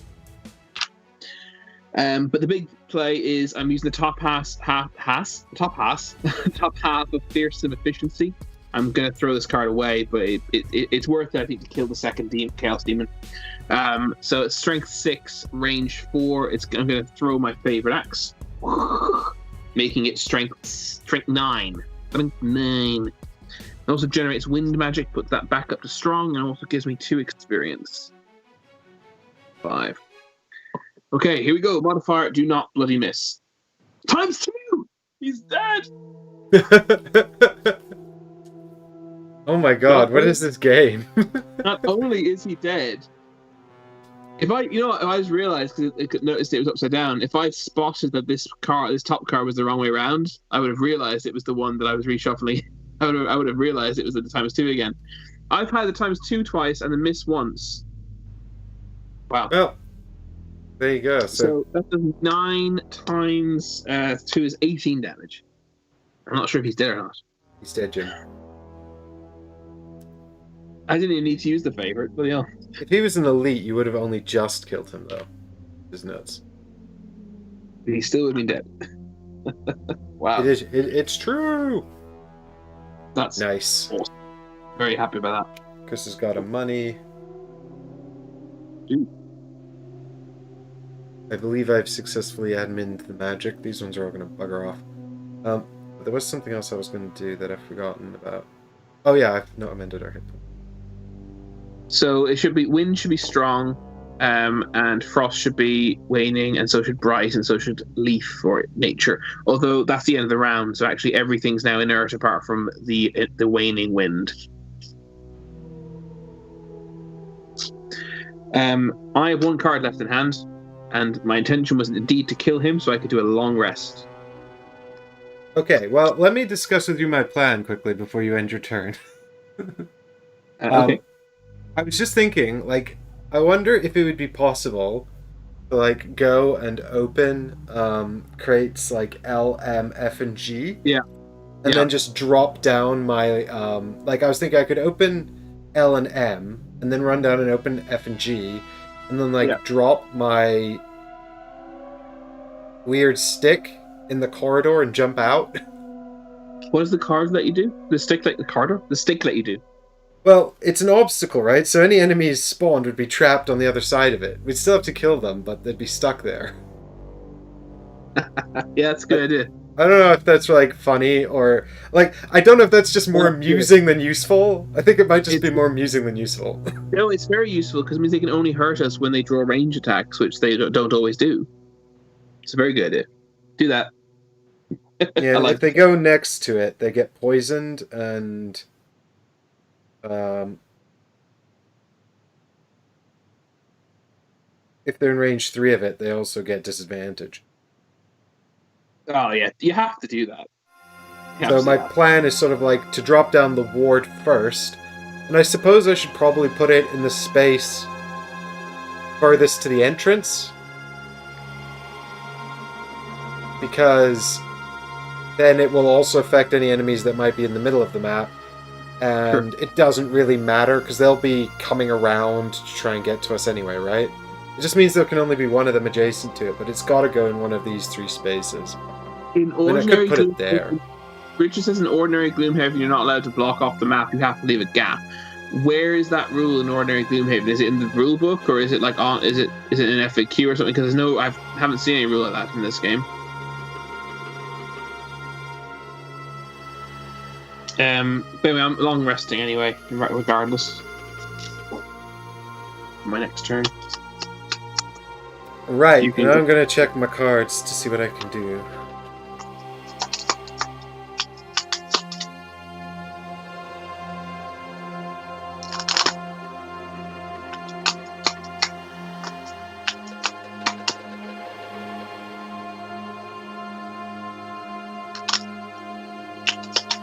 Actually, that Chaos Demon I killed also would have been pushed back a space, and also would have been wounded because of my favorite nuclear. What you're saying is that the money should be here. The favorite should be No, here. let's leave it. I'll choose not to push him back. Okay. Also, I'm not sure if he can be pushed back if he dies.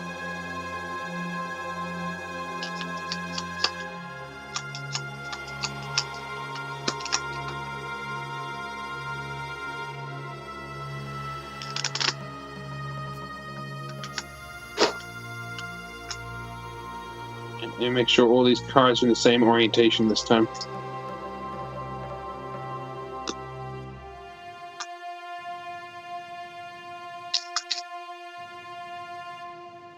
Mine are set. Okay, I'm not playing anything, so whenever you're ready. Oh yeah, you're doing long rest. That's cool. Okay, so I've got Black Boon, where I'm going to heal myself for 5 and also poison myself and generate dark magic.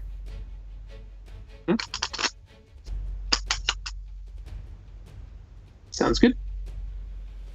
10, but I'm poisoned myself. But maybe You're up to 11 if you're hitting 5. but I'm 10 is my max. Oh, yeah. Sorry. I presume I can't heal over my maximum, unfortunately. No, you can't. That was my bad. And then I've got move 4, so I guess I'll just kind of go and pick up some crates. You can reach H if you want to, or C, but you don't want to, right? That's your plan is to go elsewhere, correct? Yeah, well, my plan was to go and set up this business with L and M and F and G, but I really should find out whether or not I'll be breaking the rules before I try to do that. Well, regardless, I think we're better off opening those ones further back first. Mm-hmm. So, where are you moving to? Okay, well then I'll just go 1, 2, 3, 4, so I wind up between the 2 columns of boxes behind your axe. Okay, perfect. It says it's in the rule book as part of the description of obstacle tiles.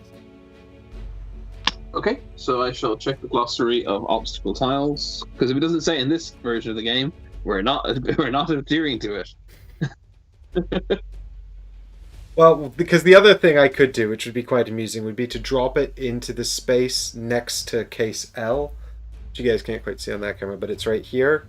So any enemies that spawned on these crates or these crates would still have to run past it to get out, so they'd all become poisoned.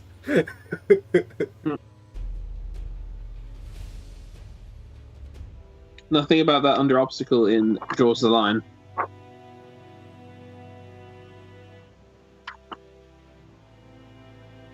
There isn't actually a rule book of Draws the Line. There's a learn to play guide with a glossary. Might be in the glossary. That's why I checked. I just let Chris. Learn the rules of this, and then. That's because I taught you when you first played. That's why you decided I'm in charge of this one.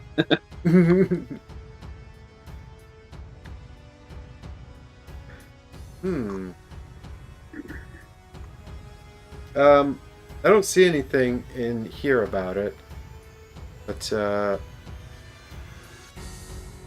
no, there appears to be absolutely nothing. Just pulled up the PDF of what though, Richard? Of Jaws the Lion, or base Gloomhaven.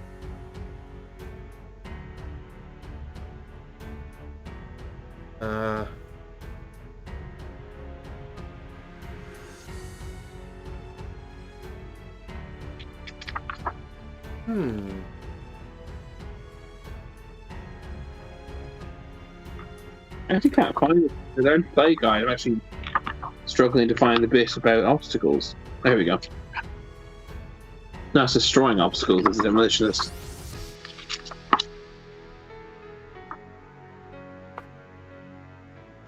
Richard says he's looking at base Gloomhaven because he doesn't have Jaws of the Lion. Could it be an omission? And if it is indeed a rules omission, should we abuse it?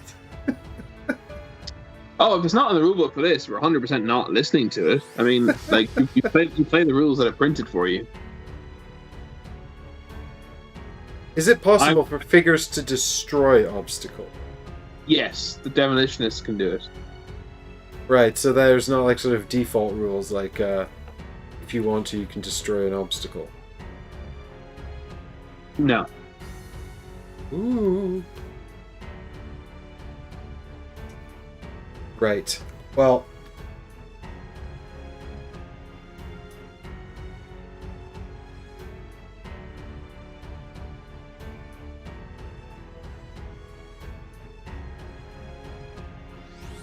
I don't see a reason not to be able to do it.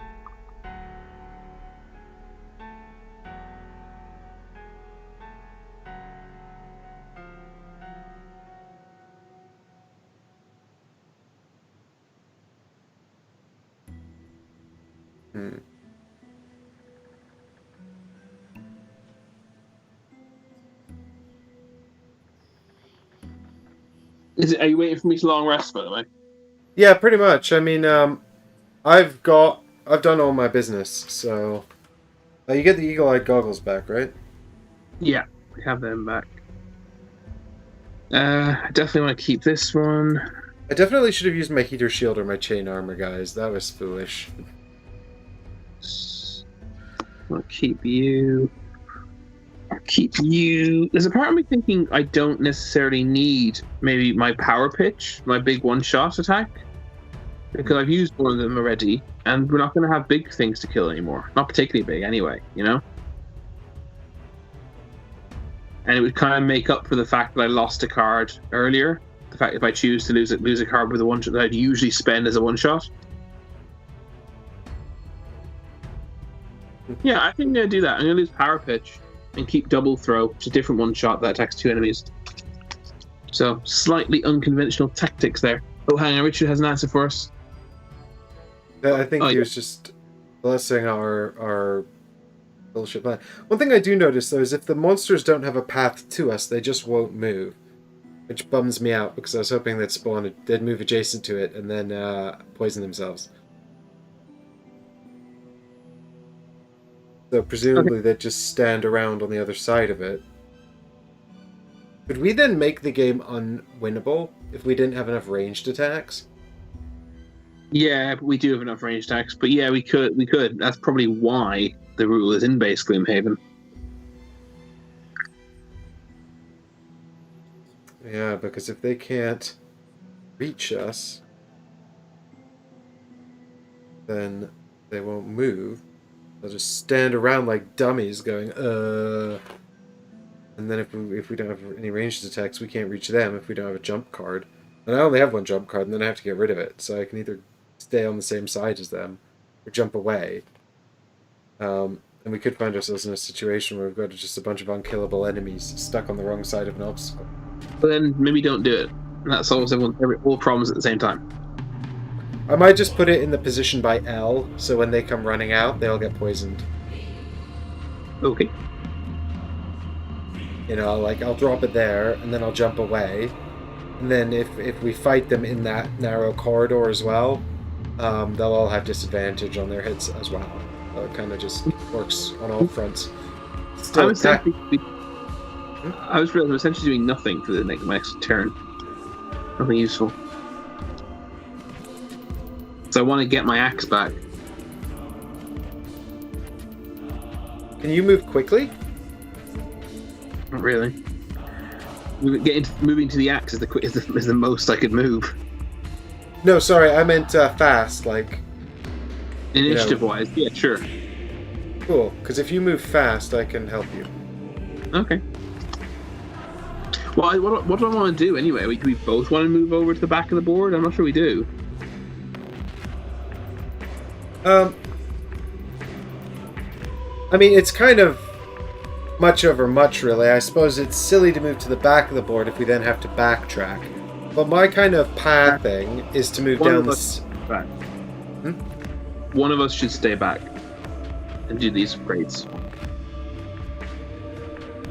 Well, my sort of pathing idea is this. I'm going to run up to... You see the spawn point where I originally had Clive? Yeah. Before I corrected it. I was just thinking to myself, if I drop the my spire in there, then this is probably way too much information, but it's fine because this is not going to affect the next turn at all. This is going to affect turns vastly after that. If I drop it in there, and then I run up, I open L and M, I run down, I open F and G, and then I jump over the barricades and everything, and open E as well. If I then drop back to the middle, literally every enemy who wants to reach us has to move past that obstacle and gets poisoned. Exactly. So if you're doing that, there's no point in me traipsing along after you. I might as well get busy and open these other ones, because I can also kill anything. I mean, you can potentially get some stuff open before I pull off any of that. Yeah. I also don't have a loot card, so I have to open these things one at a time, right? Mm-hmm.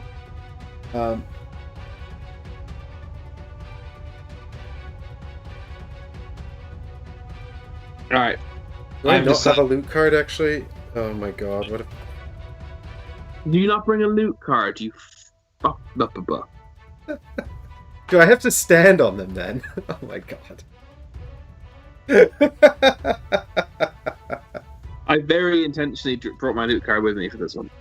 I mean, I usually have it with me anyway, but I did make double sure. Well, I just threw a bunch of cards together because I forgot to build my deck before the stream, and then I panicked because I didn't want to delay. That's really not good. Maybe I should stay and loot these single barrels. Screw my entire plan. Yeah, maybe I should go do those. For the sake of expediency.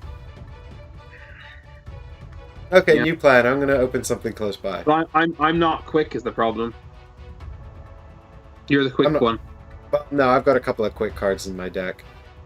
But okay, fine. I'll go then for that reason. Okay, guys, listen. I really need to do a rest as well. So, I can open H, C, D, or J. Which one should I open, chat? Which one is safe? Don't check the glossary. Just go with your hunch. Have you picked your cards? Yeah, I've only got 2 left in hand. So. Okay, let's go. 24. I said go quick. 21. That is quick. Not quick enough. Oh, wait, no. Oh, really? Oh, well. I only have 21 and 15 left. I actually went a bit slower, but never mind. I couldn't have gone fast enough for you then. Yeah, it's fine. I only had my slow cards left in hand. My fast cards left in hand. So what are you doing? Which one are you opening? Chat hasn't said anything yet. Someone earlier on said C and M because that's our initials, so you should open C, I guess. Oh yeah, okay. I guess I'll go with C then. Just do them in numerical order. Numerical order? They're letters. Yeah, that's a numerical order. We're opening letter 3.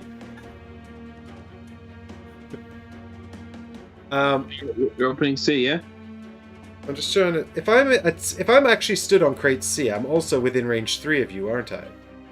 Yes. Okay, great. Well, I'll stand on C then. And I'll hit you with give and take. I have to poison myself, which is fine because I'm already poisoned. And I will give you a blessing and also strengthen. Oh, sweet. The strengthen's pointless because it'll go away before I get to do anything with it. Well, no, because I'm about to open a crate. So That's potentially, potentially not. That is true. So I'm now stood on crate C, and I've completed my turn. I used basic movement, by the way, guys. I'm going to flip my weathered boots to get the third space of movement. Sorry. Just to be clear, I wasn't losing my jump card for this. So I've tapped the weathered boots there as well. Also, I think wind magic is gone, right? And dark is in waning? Not sure actually. I had wind in waning. But I Yeah, might not. I think that was the end of the last turn, though, wasn't it? Oh, okay. But I've just replenished dark, so it's dark is strong now. C is 2 sludges. Grand. So there's now a sludge directly north of me, and also one standing on your thing. That's super, super annoying.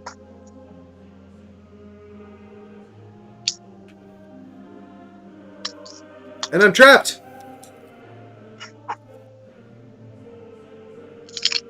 You are trapped. Oh my god, I can't believe how many enemies there are here. It's so annoying. The one directly north of me is 3, and the one north of that is 5.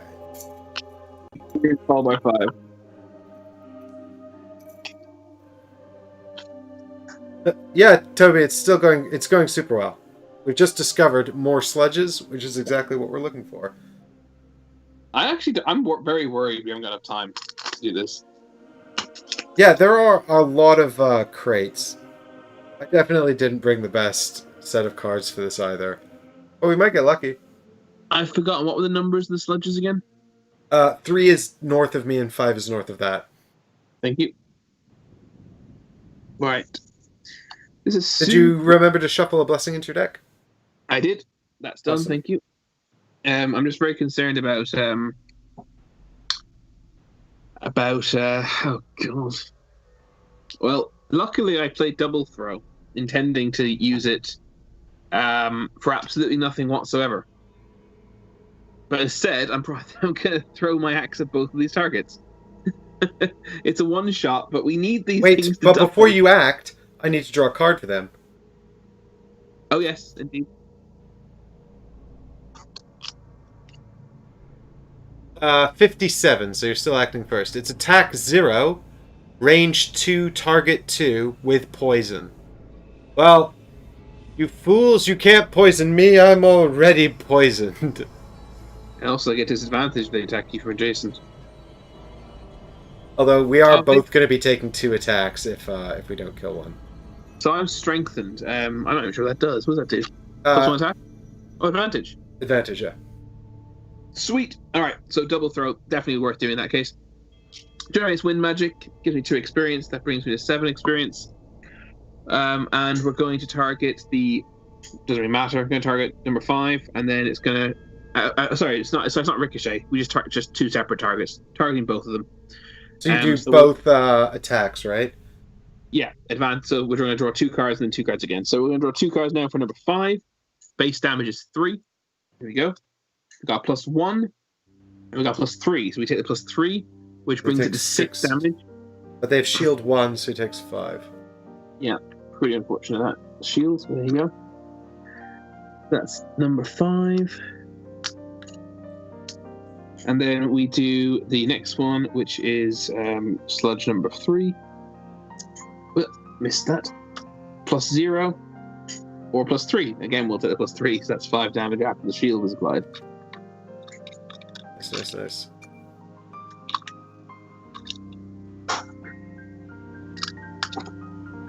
Okay, we're getting there with them. So it's there. Oh, I still can move. So I can move 3 and push 2. My plan was to get the axe, but I can't because he's on my bloody axe. I will move adjacent to him, I think. So I'm taking that money in the middle, and I'll push him away. They've got no movement. Yeah, if you push him north, he won't be able to hit me, which is slightly helpful. I thought they were going to be hitting me anyway. So they're both going to hit you, but if you push this guy northeast, he won't hit me. Oh, they're targeting. Uh-oh. Oh no, the Skype is gone.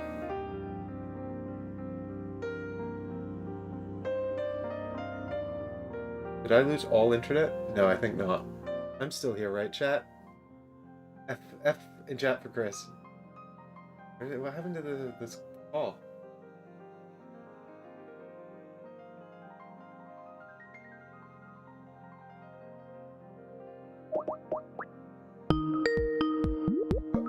Let me turn that off. Skype call dropped.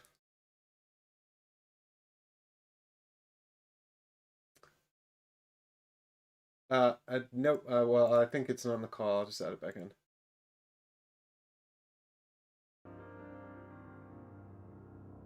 Is Chris back on the thing? Let's find out if we go over here.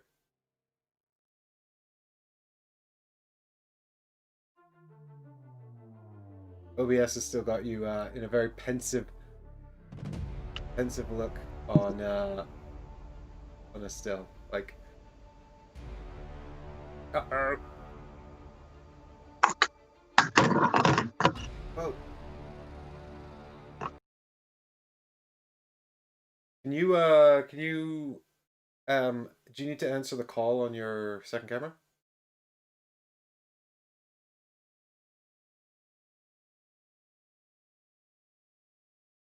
Eggers was impressed that we lasted almost 2 hours without technical issues.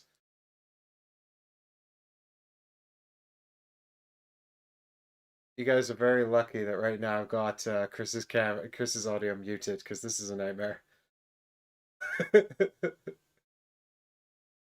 think I've lost his camera again. How's everybody doing at home? Let me know in chat with a lovely update about how you're doing while I deal with the curse of the black sludge.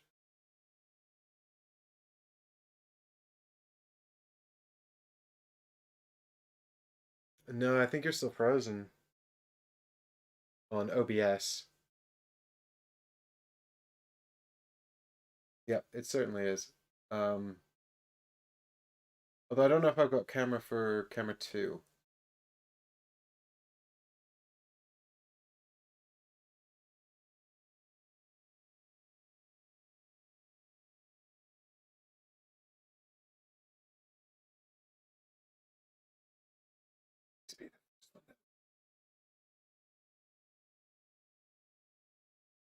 I need to okay, chat.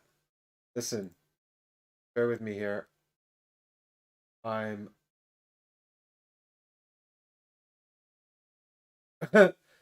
appreciate your joke, Difter. This is frozen, so I've just got to let it go. But you're more right than you know. I think I need to restart OBS, guys. So the stream will probably go down and be right back. Also, Heggers, I've been playing a little bit of Cyberpunk with my friend who bought it for PS4. And we couldn't figure it out. Okay. We gotta go. I gotta restart OBS, chat. I'll be right back. Oh, this is gonna be crazy because everything is still good. Hang on.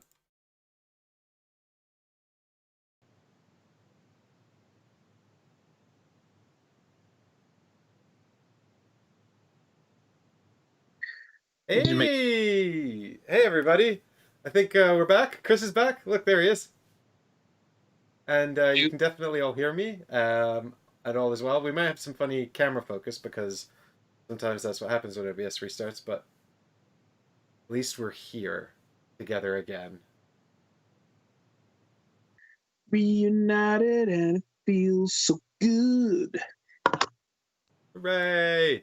And now we're just going to go and win this scenario, right? What's going on? That's the plan. We definitely did not say off camera that we're definitely going to lose this. I mean, I'm not long for this world with the cards in my hand. I can't get the stream to come back up. Come back, stream. Well, the good news is, Chris, that once you're exhausted, I can go on and win all on my own. Oh, is the stream now like in part 2 or something? That was happening. You should be able to refresh and bring it back up. I don't know why it's not coming up. I only have it up so I can look at your board when I need to, and also look at chat. But it's not coming up. That's fine. I'll have to close down YouTube and reopen it. But in the meantime, did you move the sludge northeast twice? Twice? Yeah. No. Oh, if you move him northeast twice, he won't hit you either. That's good. He will, because he'll move one. Ah, bummer. Oh, you're right. He's not moving. Whee! I'm so smart. Yeah, they don't move at all. Hey, awesome. Nice work. Brilliant. So then it's the sludge's turn, and the one sludge is going to explode with toxic explosion, and they're going to he's going to do damage. So he's going to target us both. Do I draw? So he's disadvantaged for you. Sorry, I'm still just messing around my TV to get it to show the thing. So he attacks me first anyway because I was higher in initiative order, right? Precisely. So here we go. 2 cards for me. Actually, I don't know if it matters for first, but it doesn't matter. -1. So his attack is attack plus 0. Their attack is 3. He gets -1 and +1 because I'm poisoned, so it's 3 damage. You might as well take that to your face. Well, right? I'm going to use the heater shield as well because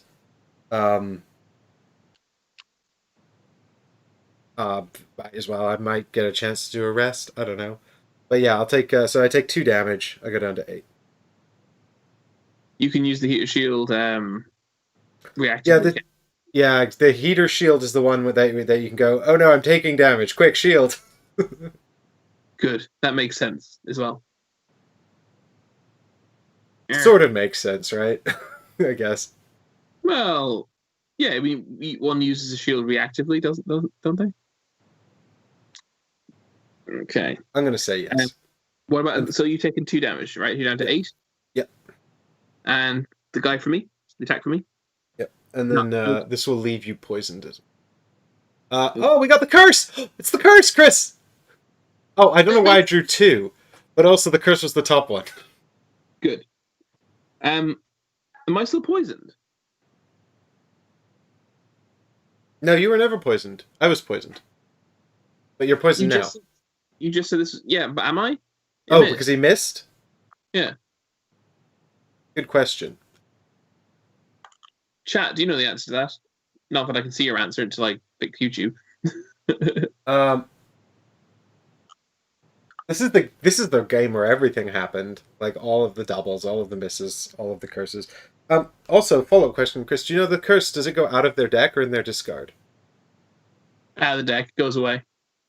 Bummer. 1 draw only. I literally had the stream back up and then I pressed the wrong button to close it. I'm an idiot. There we go. Okay, so that's the end of the round. Mm-hmm. We now move on to the next round. I only have 4 cards in my hand. I'm in trouble. I have no cards in hand because I've been gallivanting around, so I've got to decide what I'm going to do in my life. I'd quite like to do a long rest. You know what? Do it. Do it, bruv.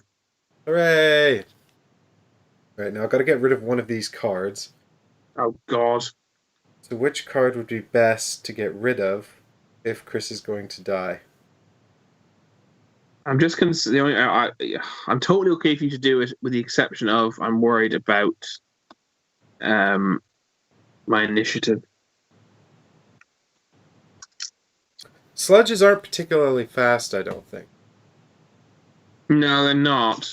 But I'm still worried. They definitely could go faster than me, I think.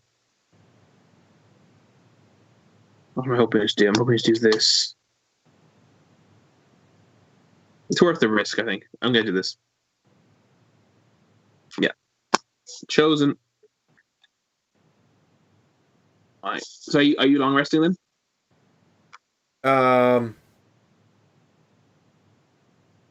Yes, yeah, if that's yeah, feasible. Go for it. Go for it. Draw a black sludge card, please. Okay. Black sludge. Nice and slow. Nice and slow. Not you, the card. Here we go. Done. Are you ready? Oh, I'm ready. 85. Thank Christ. That's pretty slow. It's Plasma Ward. They're going to push one and poison, target all adjacent enemies. Then they're going to attack with +1 at range 2. Okay, so I'm moving at initiative 46. And I'm going to do two different.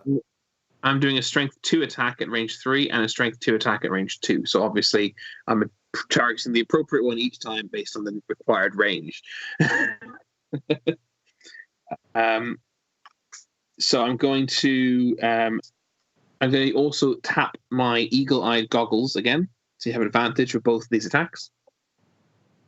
So we're attacking sludge number 5, strength 2. Here we go. +0. And +0 as well. Oof. Which means he's not dead. How much damage? Oh, because they have shield, don't they? Yeah. He wouldn't be dead anyway. He only takes 1 damage. God. Yeah, but they've only got... they've got 3 health left. Oh. Yeah. So number 5 is pretty healthy still.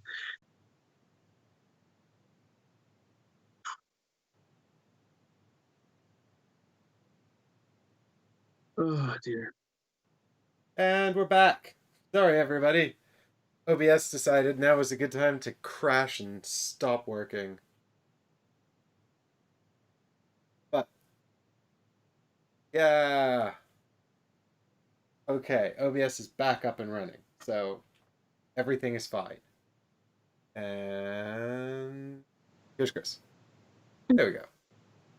So we actually resolved the second attack before we realized OBS had crashed. So I reset the cards. It was a +1 and a +2. So we apply the +2, which is 4 damage, -1 for the shield, and he's dead. Hey! So sludge number 3 is dead. He drops a coin. Sludge 3 died. Oh, that's good. But unfortunately, sludge number 5 is going to self-heal by 1 because I didn't kill it. So the 1 damage I did to it's healing. But before it does that, it also damage. Self-heal? How's it going to self-heal? Black Hex. That's what it drew. No, it drew Plasma Ward. Oh, sorry. You said 85, so I just grabbed the card with 85. There's obviously 2 cards with 85. Yes, there are. There's 3, in fact. They're flow things. I think you're going to like this card less, probably.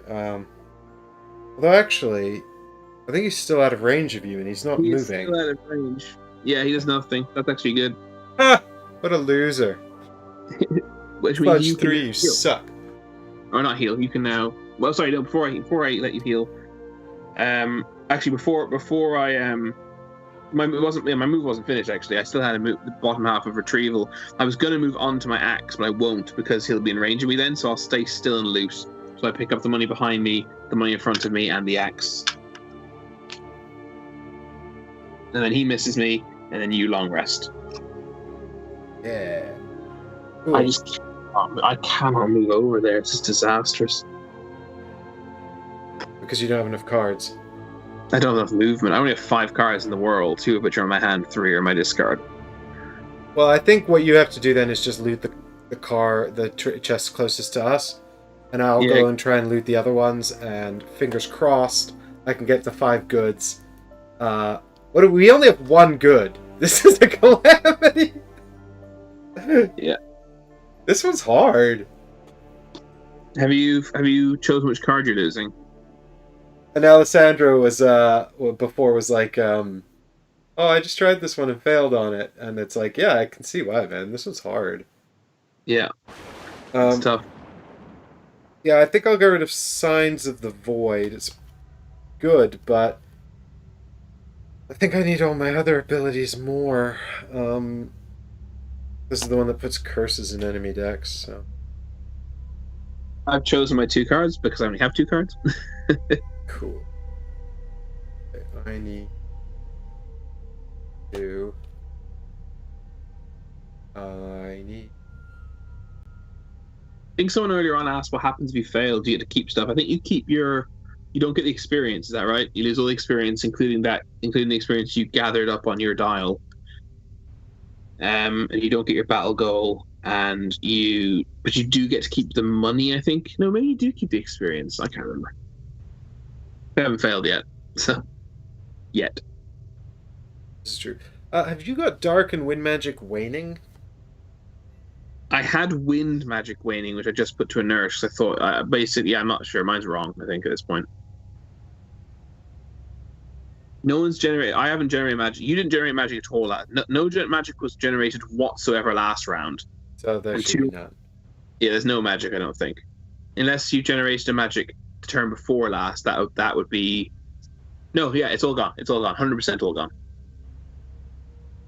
I appreciate your optimism,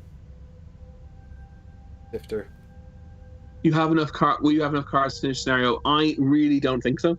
I definitely don't. I 100% don't. Hopefully I can open a couple of boxes, and then hopefully Mike can open the last few, and we'll see. I'm hoping to kill the Black Sludge and start to open some boxes. And I also have a plan that involves me being here. I'm just going to try and open like H and J probably, because they're the two I'm closest to. And D maybe as well, although that's quite a bit further away. And the problem is I didn't bring very good attack cards, and I will have to kill everything once Chris has done that, so... Also did bring his loot card. Yeah, which is frickin' stupid. Yes. Alright, you picked your cards? Yeah. Do you keep your XP points? I can't remember. You keep some stuff and lose other stuff. I can't remember how it works. I think you might keep your XP. Because the point is you keep getting stronger. So you can come back and be better. Alright, that's it. 25. 26. And the thing's got 66. That's us first. Calculated strike, is it? No, what is it? What's the name of it? There's multiple 66s. Feed. Feed me. It's going to loot and then heal. Imagine if it looted the other crates and got its friends and stole our goods. What? Imagine we got the goods. Do we get them? Oh, my goods. Right. If it opens the other crates, do we get those goods?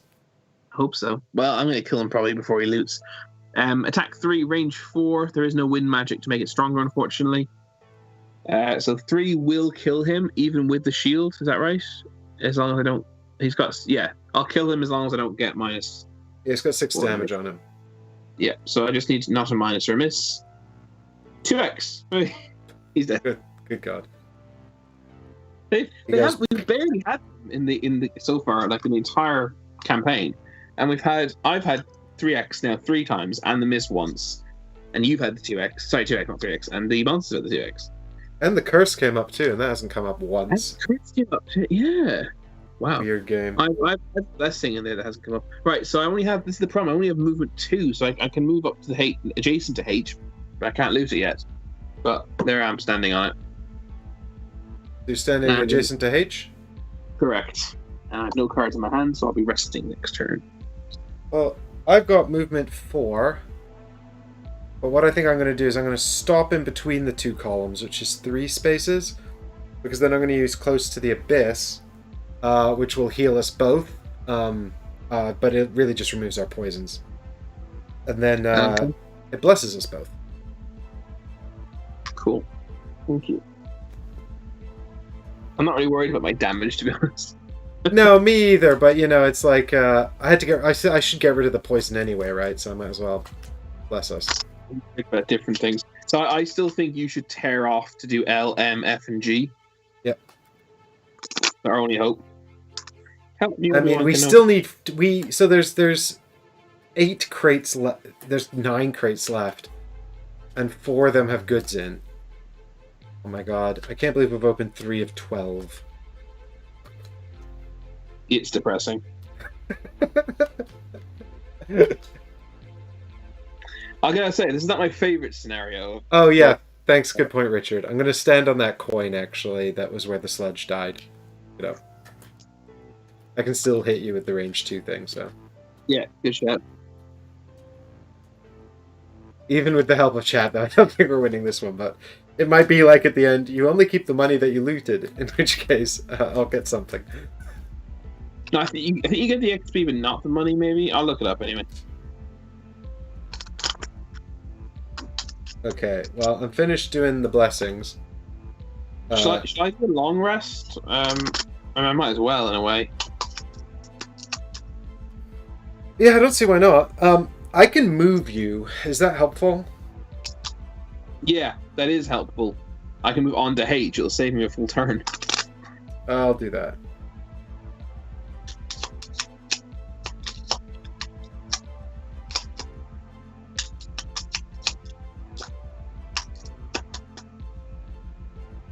Okay. So I'm going to do a long rest. So just you, whenever you're ready, play your cards. I have to decide what to lose to keep my big movement, to keep my loot.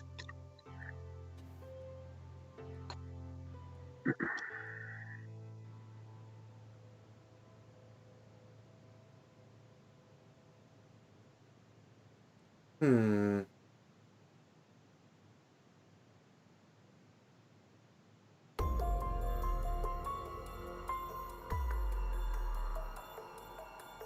Losing Ricochet, even though it was awesome a minute ago. I don't think that their cards are useful. I've actually already got 3 more turns of cards to be able to play. Turn, rest, turn. That's it. So I might as well actually use a one shot. There's literally no reason not to.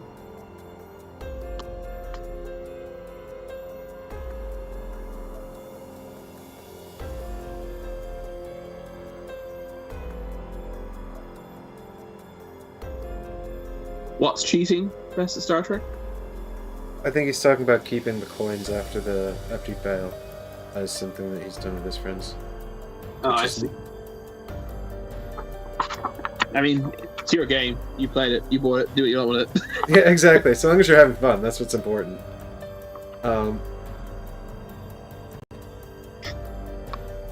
Yeah, I think the problem we've got is even if I outlast you, I don't really have the means to kill mine enemies. No, you managed it with the stone golems that time. Yeah, but I had some powerful attacks on me, and they were level 1, and I don't have that life anymore.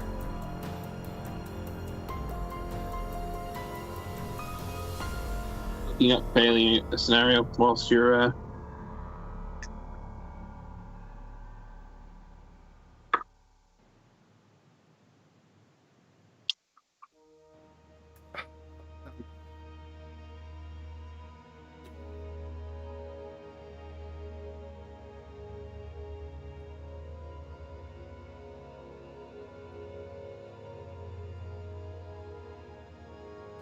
Fine. Cool. These ones then.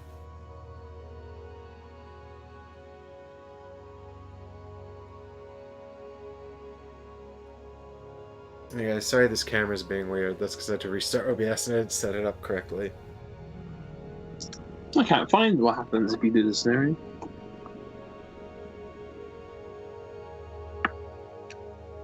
You've got your 2 cards chosen, right? I'm resting.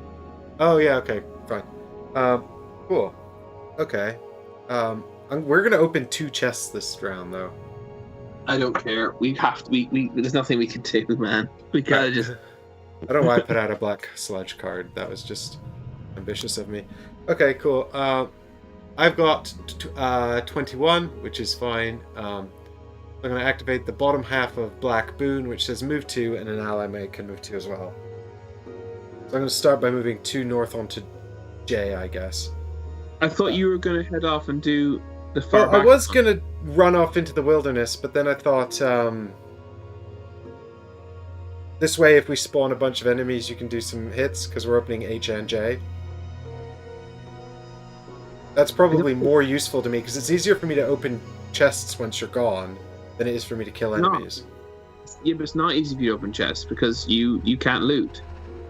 Yeah, but I've got plenty of movement. It's easier for me to open chests than kill a bunch of enemies, and we have to kill the enemies to win as well. Okay, fine. But I don't agree, but go on. That doesn't really matter. I don't think it's gonna matter, but we'll find out. Well, I know that's why I think we have to take the Hail Mary of sending you to in deep.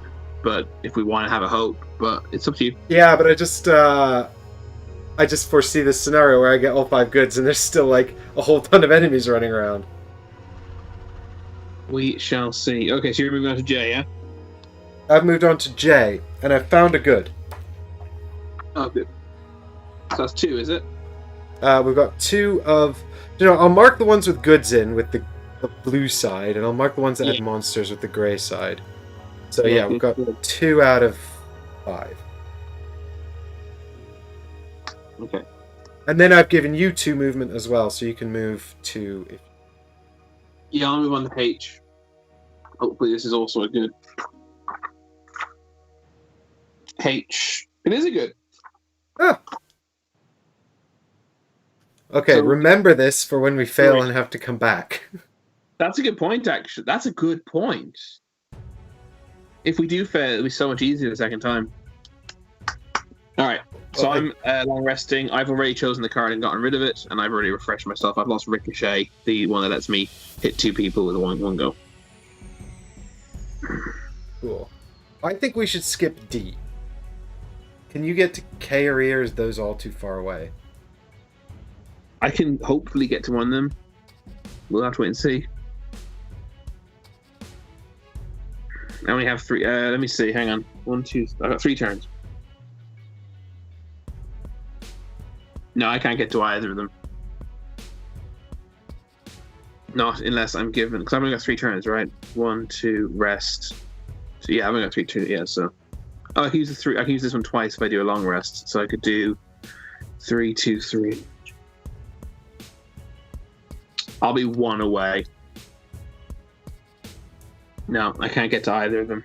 I can get to D, but I agree D is probably a monster, just judging by the pattern of metagaming logic.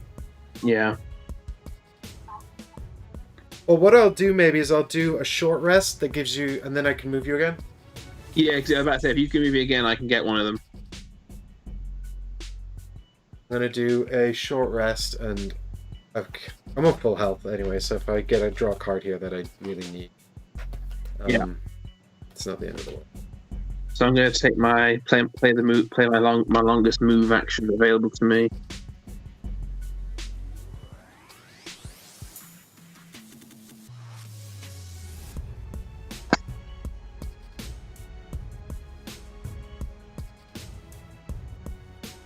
Oof, this is tight as heck. I think we might just find all the goods, but then I think I'll be exhausted and you won't be able to kill. Sorry, not be exhausted. You'll be up. So yeah, you won't be able to kill. Thanks. Well, I don't really want to lose this one because it's got my jump on it, but also I've got other movement cards, so I'll... Take the wound if you want. Yeah, but then I might just get rid of something more useful. Okay. You can long rest if you want. Doesn't matter to me. Nah, I wanna be doing stuff while you're still alive. Just in case. You ready to flip? Not quite yet. Hang on. I don't think this other card matters 1 iota. I'll get rid of this one.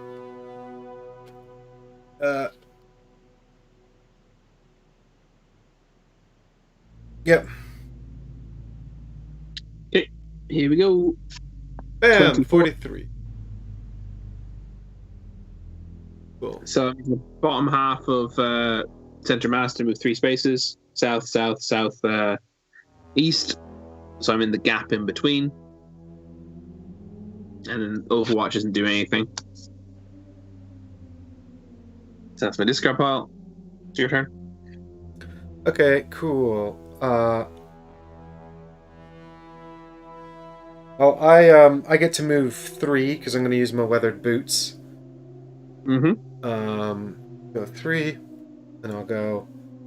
Oh, damn it! What's wrong? I won't use the weathered boots actually because I'm just going to block you.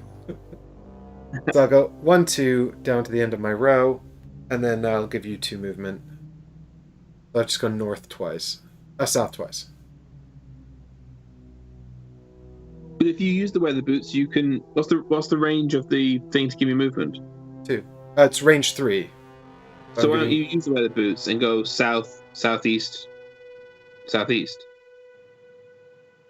onto the spawn point? Oh god, you're right. Okay, I'll do that. So then you give me 2 movement, yeah? Mm-hmm.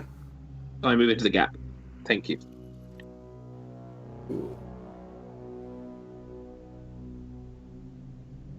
And my other card was completely useless. I can heal us both for 2, but we're both on full, I think. Yeah. Can you move me again?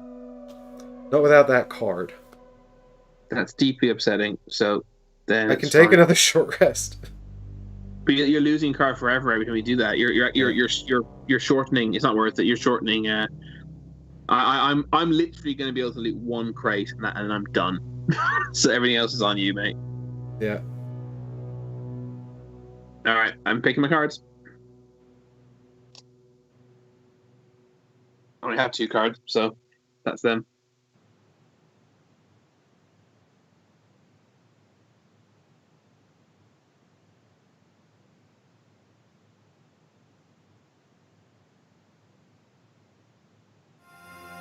I've got my 2 cards as well. This is depressing, isn't it? How many cards do you reckon left in the world to play? 7. How many you just? Oh. I've got the 2 I just played. I've got 3 in hand and 2 in my discard. That's 5, not 7. Yeah, 3 in my hand, 2 I've just laid down, and 2 in my Let's discard. see. I understand. Okay. 25. 26. Okay, do you want me to get K or E, or do you have a preference?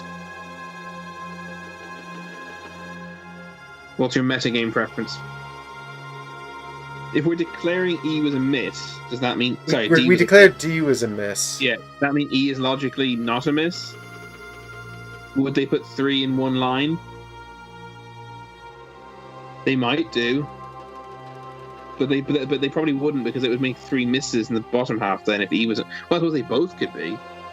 But no, they would... I reckon it's an E. My instinct says E.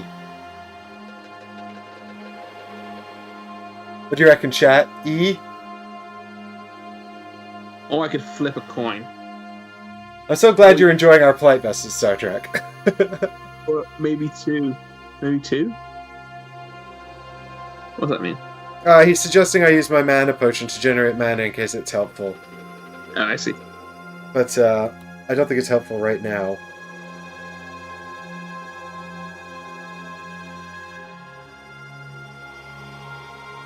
Should I just do E then? I think you should do E. I'm feeling good about E. E for excellent box. Okay, so I move 1, 2. And that's the end of my turn. So you got 1 more turn to get onto E, right? Yeah, I'll do it next turn. So I'm using the bottom half of Resigned Frenzy to run 4. I'm going to run up to the spawn point where the elite thing might be. And then I'm giving up my... oh, am I? I was going to drop out my obstacle thingy to debuff anything that might come out of these crates. Do you know, I think E and K might both be traps, but... Well, I can only reach E or K. I've moved to E. Yeah. There's a weird part of me that thinks it's K, though, as I said, because 3 in a row, I don't know. It's because I don't expect 3 in the 3 at the top. In a row, yeah, you think it's like a double bluff. Yeah. Yeah. I feel very uneasy in a way, but I've made the choice. Chat agrees, it seems. I was thinking about placing out my ward in case L or M spawn monsters, and then the ward is there to protect me a bit, but... Maybe. Now I'm thinking... You just need to charge into L and M, and if we're declared... Look, we basically declared D a miss, we've declared K a miss, we're hoping it's E, and then you basically have to open L, M, F, and G until you find it. That's basically what the play we're making. I think I'm going to keep stand fast, actually, so I'm just here now. Have you not moved? I have. I've moved on to the spawn point of the... Oh, 5. are you next? You're next to L and M, are you? Yeah, I'm right next to L&M. The super depressing thing is the fact that you can't loot both at the same time. Yeah, in not one- bringing a loot card was horrendous. I can only apologize for that. I'm short resting between turns. I don't think it makes a blind bit of difference what card I lose. I've lost Overwatch.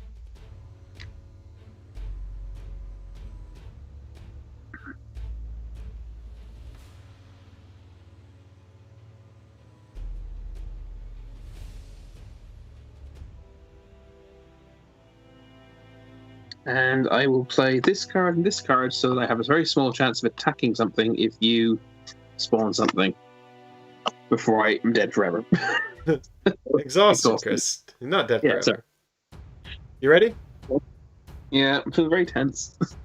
Me too. I'm on 23. 46. I deliberately went slowly. I appreciate that. So I'm going to use the bottom half of my card suggestion to move on to one of these remaining boxes. L or M? M for Mike. M for Mike. It's got to be. Cool. I move on to M. I don't loot it till the end of my turn, though, right? Correct. Okay, well then, I guess that's the end of my turn. Let's find out what happens. So it's my no, oh yeah, and your turn. Yeah, you're right. You're open it now. Yeah, you're right. It's a good. Unreal. I can't believe we found one good and then found 3 in a row. So if we've metagamed correctly, we've won. Yeah. But I don't think we have. Oh my god. My turn, I have center mass, top half center mass, which is a range 3 strength 3 attack in case you spawn an enemy. And that's what I'm not going to now, so I'm just using move 1, loot 1 with retrieval to move 1 and loot E adjacent to me.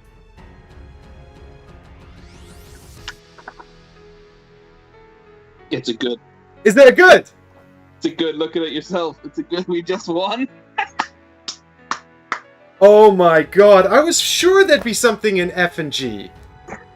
Let me look it up.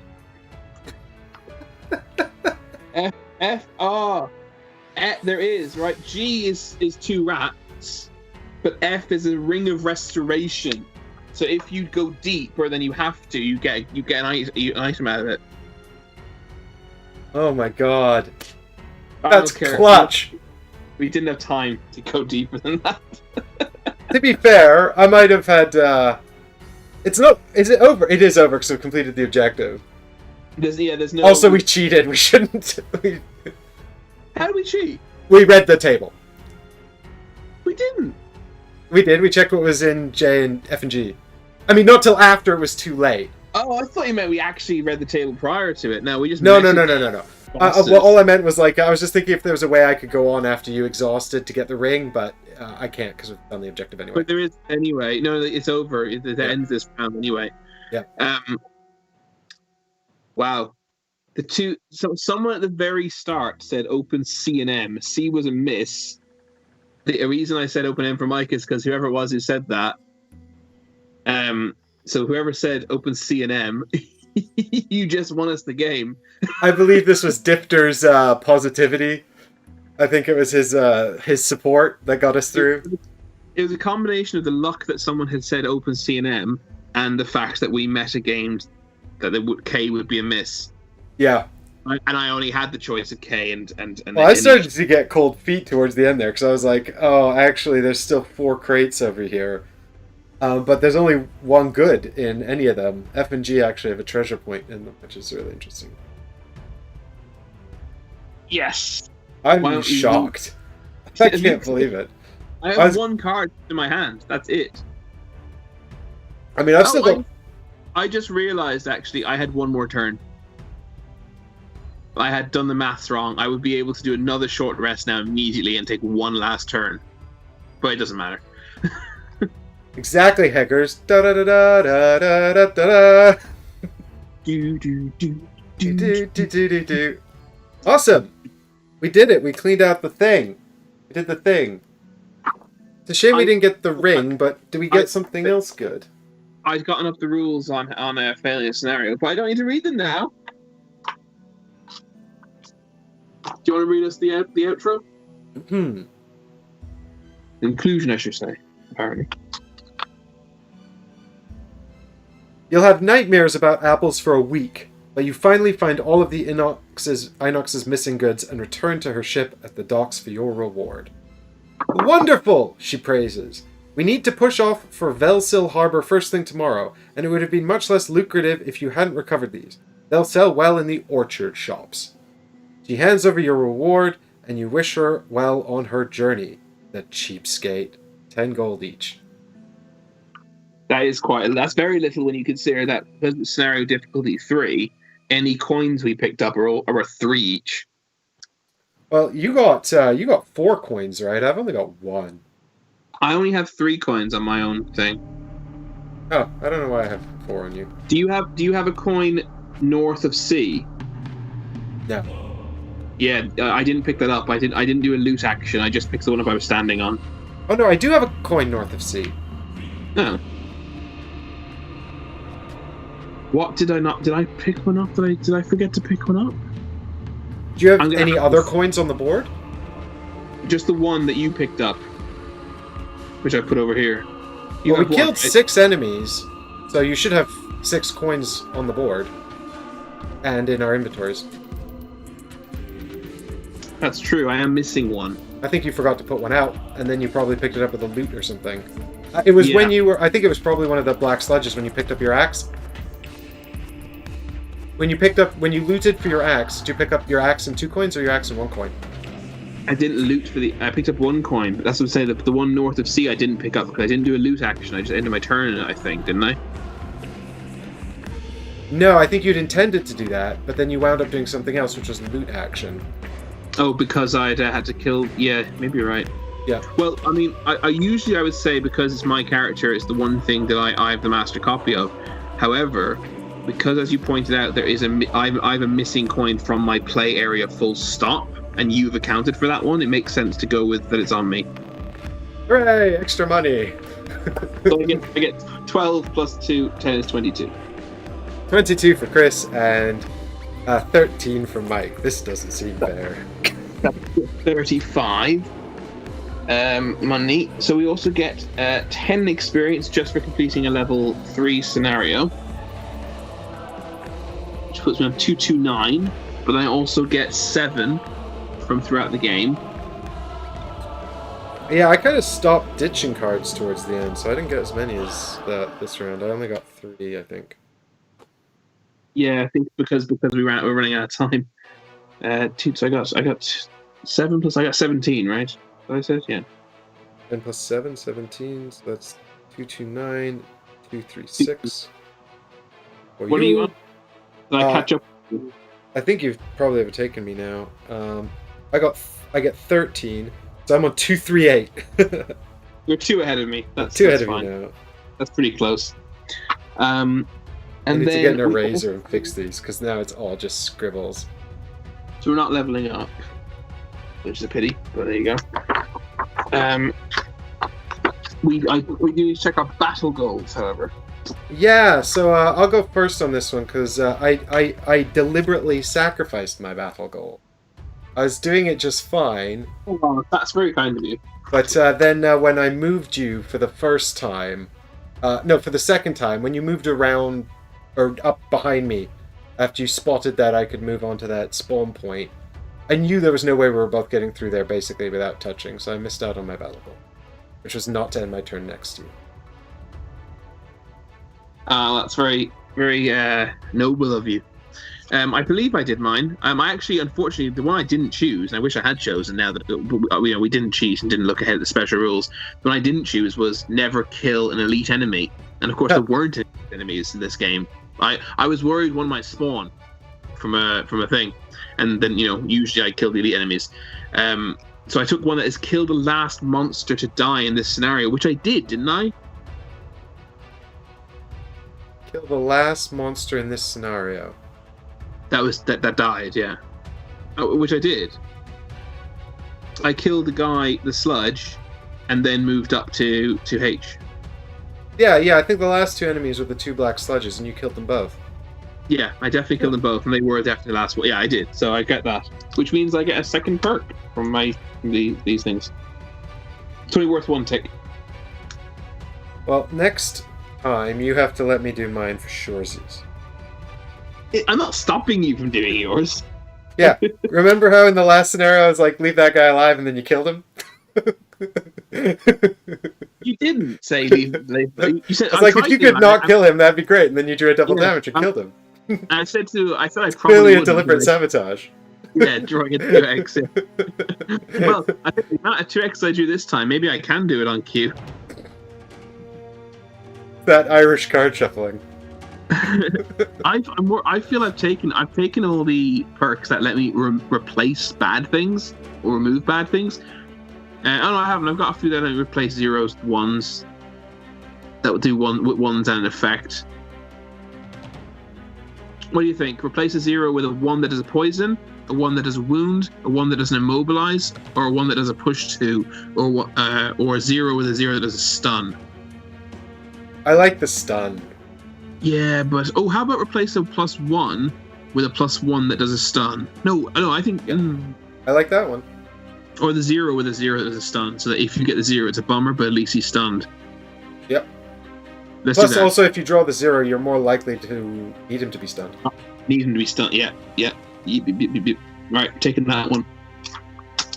100%. I do not mind that you're getting more battle goals than me, because I use your deck quite often anyway. It's correct. One thing I am disappointed about is I never actually got to place my ward.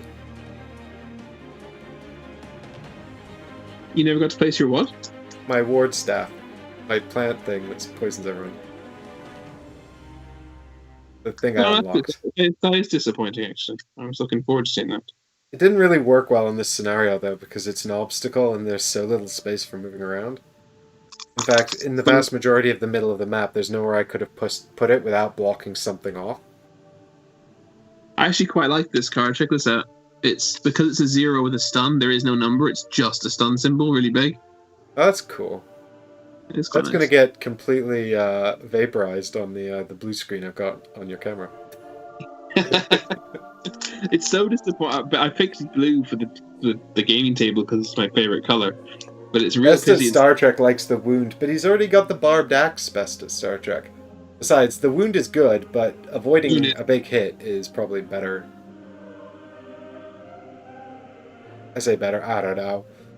The thing is, if you can't control it,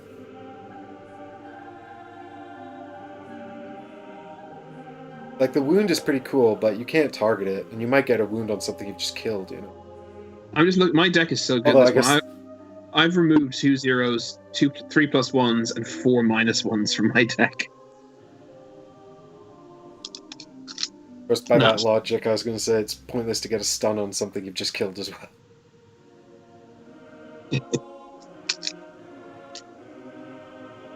Okay. But the thing is as well, like, stun remains pretty much always as useful, if not getting more useful, whereas wound gets less useful because as we progress, things get more and more hit points. Stun is crazy good, especially on the zero, because like it. Yeah, like you said, we'll need the stun more if it's zero. The fact that now I've got. I mean, I think I'll probably next perk I'll do and I'll take the other stun before I take the wound. I'll take the wound probably after that. I like wound too, but I do have the barbed axe that does it, and also my favorite axe because now does it. Now that I have the new favorite. So I do actually have the hammer with the throwing hammer, which also stuns. But I'm shocked that we won that one. Say again? 10 gold is not enough. She should have given us some magic apples. What would we have gotten if we had not been, if we not demanded half the payment up front? I think we could have had 5 extra coins each. That's still not much. Yeah, this is not. It's a strangely small reward for this mission. Given how challenging the map is as well. Then again, it might. To be fair, we did win it, so. Yeah. They probably don't want you to get too much stuff, right? Because I mean, the part of the reward is just the fact that we've done the scenario, so we've gotten another 10 experience, or 17 in my case, and 30 in your case. So I guess that's kind of the reward in a way. It's just having more scenarios to do to level up. So you're ready Hey, for the big thing. Selka. So sorry, you just sat down, and I think we're just wrapping up actually, but not to worry. Oh, I'm sorry. That's a pity. It was nice you could catch us at the end, and there's a whole stream for you to watch in a moment anyway, without the technical issues that everyone else put up with. You won't be able to talk with us live, but apart from that, it's a better experience. Whoopsie. Arguably, when you can skip ahead 10 seconds, it is a better experience. When Mike's taking 10 seconds or so to make his decisions. Yeah, I wish it was just 10 seconds. Exactly, Diftor. There's no tech issues now that we're done. Yeah, or you can put us on 2 times speed and watch us like we're chipmunks. Would 2 times be a chipmunk sound effect? I don't think it would. Well, it certainly sound weird or funky. I meant to ask you, do you know the sleeves? Mm-hmm. How many did you get in your box? 4.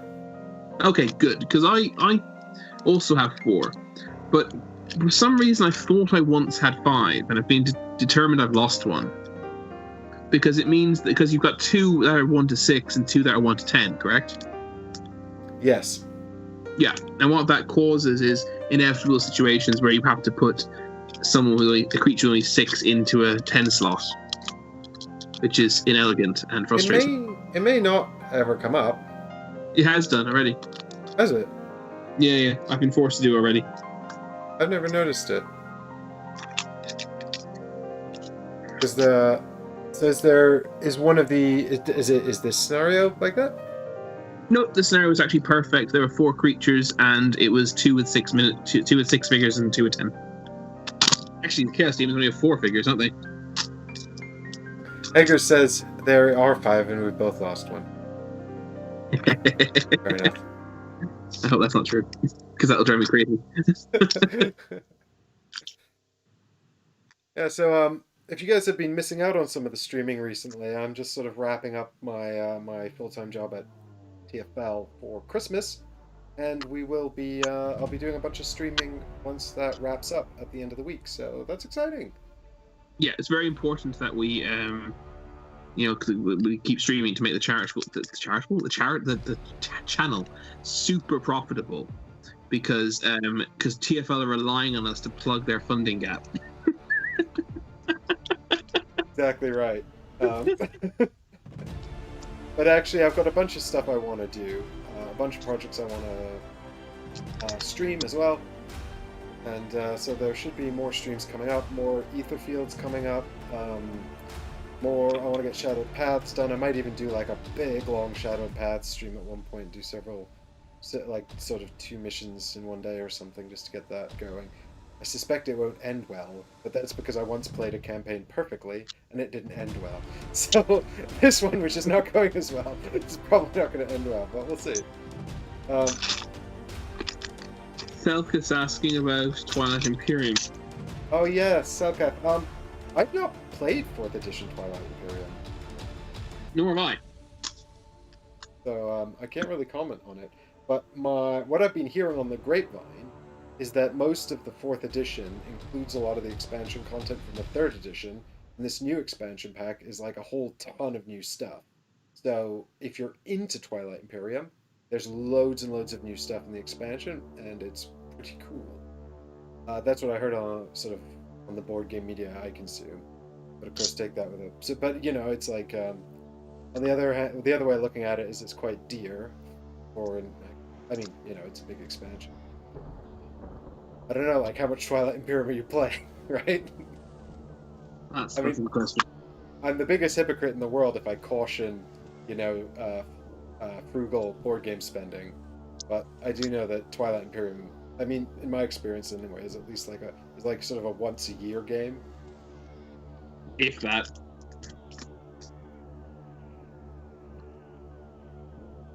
You say that you shouldn't. You're not one to be hypocritical to encourage frugal spending. We do have an entire stream dedicated to just that thing.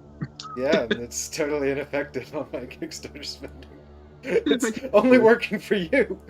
Yeah, I think it's worked for me. I think it has. I wish it worked for me. Maybe it's just because I've realized I don't. If you're, I didn't realize before you back literally everything you see. I've realized that I don't need to do that.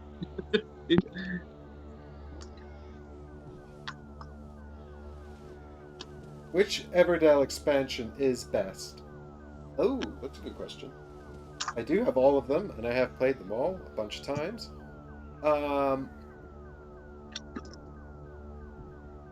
I like... do you know what? I actually like Belfair, and I'll justify this because it's actually probably the thing that adds the least new stuff. Because with the other one, the Riverfolk one, whatever that was called, the first one. Not sure. I only play with one of them. There's Pearlbrook. There's something Spire. Pearlbrook, yeah, Pearlbrook, Spire, Crest, and Belfair. So Pearlbrook, it does give you another worker. It adds another currency, pearls. It adds in the monuments, which are kind of fun. But I don't think any of the stuff it adds is so interesting that it's necessary. It's just a bit of diversity. And Spirecrest adds this whole kind of mini game that occurs when you change seasons. As you advance, you get these asymmetrical power cards, which I really, really like. But I'll tell you what I really like about Belfair is that it gives you the asymmetrical player powers from the start. I just really like them. Yeah, maybe I have played that one. No, I did. I played with the asymmetrical player powers. I did. I think played Belfair is with. also the cheapest. I like the player powers because I actually first time I ever saw Everdell. I think it was the first time I ever saw it was when I watched you and Ollie play it, and I just assumed that was a thing. Those powers because I was watching because you had the meeples that are the relevant animal, and then the powers go along with it, and I thought, oh, how cool. And then when I read the base rules, I was like, oh, actually, that's not a thing in the base game. I mean, Spirecrest comes with the cool mounts that you can clip your people onto to make super meeples, which is nice. But it's fun. But I really like the asymmetric. It's just a tiny deck of cards. I mean, the other thing about Belfair is that it comes with the board that replaces the tree.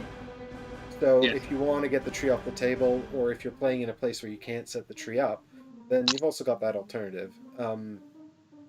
And it adds like the sort of end game scoring condition race thing. So there's like at the end of the game, it'll set out a unique objective at the start of the game, and whoever completes, like have the most purple buildings or whatever, and then at the end of the game, everyone will be judged, and there'll be a first, second, and third place for that. And I like that unique scoring objective. So it just kind of adds a bunch of stuff that I kind of feel like should have been in the game anyway. So it integrates quite seamlessly, and like I said, it's the cheapest as well, and you get some of the new races in there as well. So. And then if you find you've played with that a bunch, and you still really like Everdell, then you can get one of the other two, and I'd recommend actually Spirecrest first, probably. It adds an extra phase, and it adds some more asymmetrical player stuff, and you get the giant rideable meeples. I think if you can get the Collector's Edition, I don't know about the regular edition. Sorry. Does the Collector's Edition have extra? Is it just aesthetics, or is there significant? I think it's all aesthetic stuff. But to be honest, I did look all of this up when I did the series, so I could tell people what was sort of exclusive to the Collector's Edition, and I remember it was kind of like a lot of stuff. I know for a fact you don't get the unique meeples, do you? Because if you you do get some of them, actually, some of the rideable meeples. I think there's a couple. Actually, I think that's it. I think there's a couple of extra rideable meeples in the Collector's Edition. No, but don't you only get things like having every single different species, having a meeple variant for every species? I think you only get those if you have all the Collector's Editions. Yeah, I think that's the real shame, actually. I think some of the unique, if you have all of the the thing about Belfair, which is good, is that there isn't a Collector's Edition. There's just the Belfair.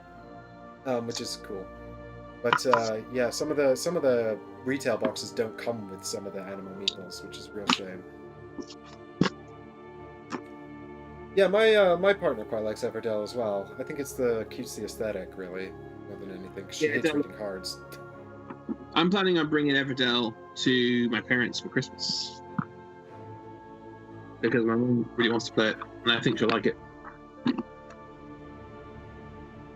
think my dad will struggle at first, but I think once he realizes that there's an enormous amount of kind of theme is like if you actually break Everdell down, it's actually quite a simple engine builder. Yeah. I mean, it's not a complicated game. No, but he's gonna look at that. He's gonna see the bloody tree, and he's gonna Get intimidated. he's gonna once he breaks it down, he'll be okay. But he'll struggle for his first game of it, I imagine. But hey, that's okay, because board games are learning. Well, when we can finally meet up in person, I've got a bunch of Euro games I want to play with you. I'm very excited. Yes, Euro games. Heavy Euro games. Oh yeah, like what? I want to play Barrage. Oh yes, you can't. I want to do that with 3 people, so we need to get someone else who's capable of doing and enjoying heavy competitive Euro games. Michael. Oh god. I think Michael would be fine with it until he realizes quite how vicious the sort of territory control part is, and then he'd be like, "Oh god." But and the other one is this latest Vladimir Suchi game, Praga Kaput Reggie. I just played that yesterday. I thought it was really good. I wasn't sure about it because I didn't particularly care for underwater cities. Thanks. Sorry. Not only is it put away, it's even put away properly as the box is closing flush, and it will fit on the calyx. Well, I was talking to chat. I was also talking to you in chat, but I'm able to multitask. Oh no, that's too much for my poor brain. I have not played Kanban Best of Star Trek, but I've played every other Lacerda game, with the exception of Vinyos, actually, but I have it. And I'm very much looking forward. Oh, I haven't played CO2 either. Apart from those. Oh, and the Dragon game he made for children. Haven't played that either. I've played most of Lacerda's big box games. And Kanban is on its way to me. So I'll play it soon, hopefully. You've got the deluxe edition coming. Is that right? Of course I do. I'm a huge Lacerda fan. Despite the fact I barely ever play his games because they're so heavy. But we went through, Deborah and I, when lockdown first started, Deborah and I went through a Lacerda phase. We played Mars and Escape Plan and The Gallerist and something else. Lisboa. I had the wonderful experience of actually getting to play on Mars with Vital Lacerda at GridCon. And I really, really liked it. I'm sort of 50-50 on a lot of his games. Like some of them, I mean, I really like them in principle, but some of them I find, for whatever reason, it just doesn't quite come together for me, and then other ones I really, really like. I'd like to try Lisboa with you. I know you tried it before and didn't have a good time with it, but I think you could. I think I can convince you. Lisboa is my favorite of his games. Oh, interesting. I don't think I've played, well, what have I played? I've played Vinyos, I've played Escape Plan, I've played on Mars, Have I played Kanban? No. What else has he got? The Gallerist. Let me look at my shelf. Hang on. Yeah, I haven't played The Gallerist. I really want to. I played it once only, but I really enjoyed it. Yeah, I've heard it's fantastic. In fact, Yeah, I think a lot of people say it's his best one. Well, I was about to say it's a snap judgment because I've only played it one time, but I would currently rank it my second favorite of his after Lisboa.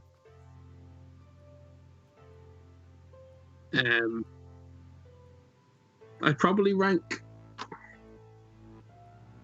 On Mars next, probably. Escape Plan is kind of a weird one because it's so weirdly short and so weirdly light. For him, it's not actually light, but for him. Hey Chris, now that you've put all of your game away, did you remember to take the blessing out of your modifier deck?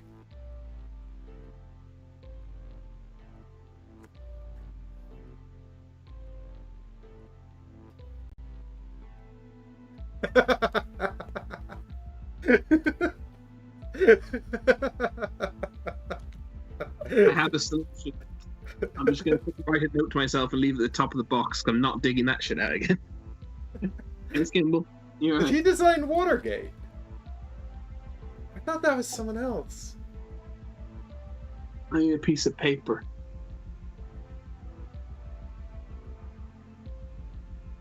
If only a piece of paper could have been. Skimble got the gaming table. Skimble. Gimbal. Keep walking, keep walking. Good boy. Good boy. Boy. Don't dig your clothes in, please. Thank you. Don't hurt me. We have a truce. Do not violate the truce. Oh, right. I should probably have dinner. 11 o'clock. Oh, God. Oh my God, it's cool. Yeah, the late one. Probably time to wrap up this stream. Well, it would have been done earlier if it wasn't for all the technical errors. I mean, what technical errors? And starting late. That didn't help. Yeah, well, that was my stupid food person problem. Making my food late. Skim. I'm not talking about my girlfriend. We got takeaway. You're a food making person. Imagine. I mean, she's an incredible cook. I'm very lucky, but and she often makes me food. And then we joke that if she ever left me, I'd starve to death. It's true. You would. It's true. I mean, I used to be a good cook, but that was like 8 years ago before I met her. And I haven't had to cook ever since. It's not a chauvinist thing. She's just really enthusiastic and enjoys doing it. And she's good at it. And she's very good at it.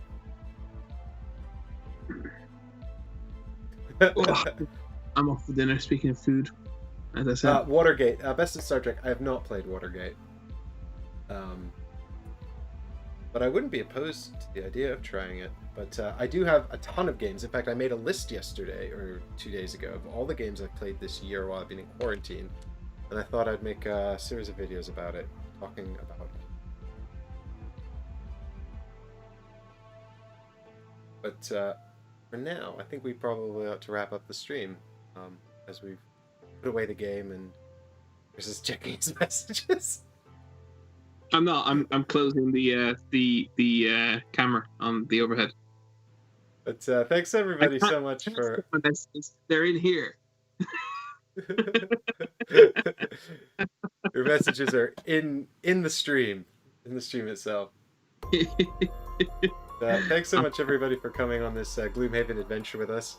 We continue our trend of undefeated. Pretty sure that's like 12 in a row. Against all the odds, yeah. This is stream 8, but we did 4 in the first stream. So that means it's 11 in a row. 11 in a row. Well, I'm currently working on. Oh, we did. Are we on 10? Or 11 is the next story mission? 10. I can check the map because I've got it out here. I haven't put it away yet. Yeah, it looks like 11 is the next story mission. So we've done 10 Okay. plus your mission plus this mission. So that's 12. 12 undefeated in a row. Clearly, we're just natural Gloomhaven savants.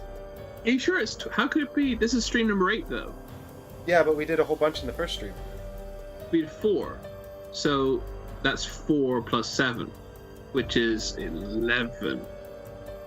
Did we do 2 in the stream after that? Maybe. I didn't think we did. Maybe we did. It's a mystery. I did just jinx it. We've got. This would have been the convenient one to fail as well. I know why. It's 11 we've done because we didn't do both 7 and 8. You only do one of them, and then the other one becomes inaccessible. That's right. I don't know if it was 7 and 8 or 8 and 9, but whatever. You know what I'm saying? There was a branching path point. Yeah. So it's 11 undefeated. 12 next time. Next time. So I've got a video I'm editing at the moment, guys, for this channel as well. So if you want to make sure you don't miss that when I get it finished and post it, make sure you subscribe and get notifications on. I'm sure you probably already have if you're watching the end of episode 8 of Gloomhaven, but just in case you haven't. Yeah, and now that I'm getting on to the streaming over the holiday period as well, if you'd like to have a say in what I'm going to be streaming or be able to message me via the Patreon initiative. You can always get involved and check that out. You can pledge and get access to posts and messages for as little as $1. It's true. Holiday for Mike means more streams, which means best time to get involved in Patreon and vote on those streams and make him play U-Boat. Yeah, U-Boat's happening. I owe them U-Boat. Plus whatever the December vote was for. It's all happening here on Ready City Play. Hager says it'll never happen. Well, there will be an attempt, okay? I can't promise we'll get a lot played. You know, we might just get stuck in the ocean for 4 hours, but we'll definitely have a go. It's just a case of whether it's even physically possible to manage a stream and 4 character roles and an app all at the same time. I'm going to venture it's not, but I'll give it a shot. Excellent. Cool. Well, thanks so much for joining us, everybody, and we'll see you in the next stream. And Merry Christmas, stay safe, and have a lovely evening. Bye! Bye. Do I have the Patreon thing here? Bye-bye, everyone!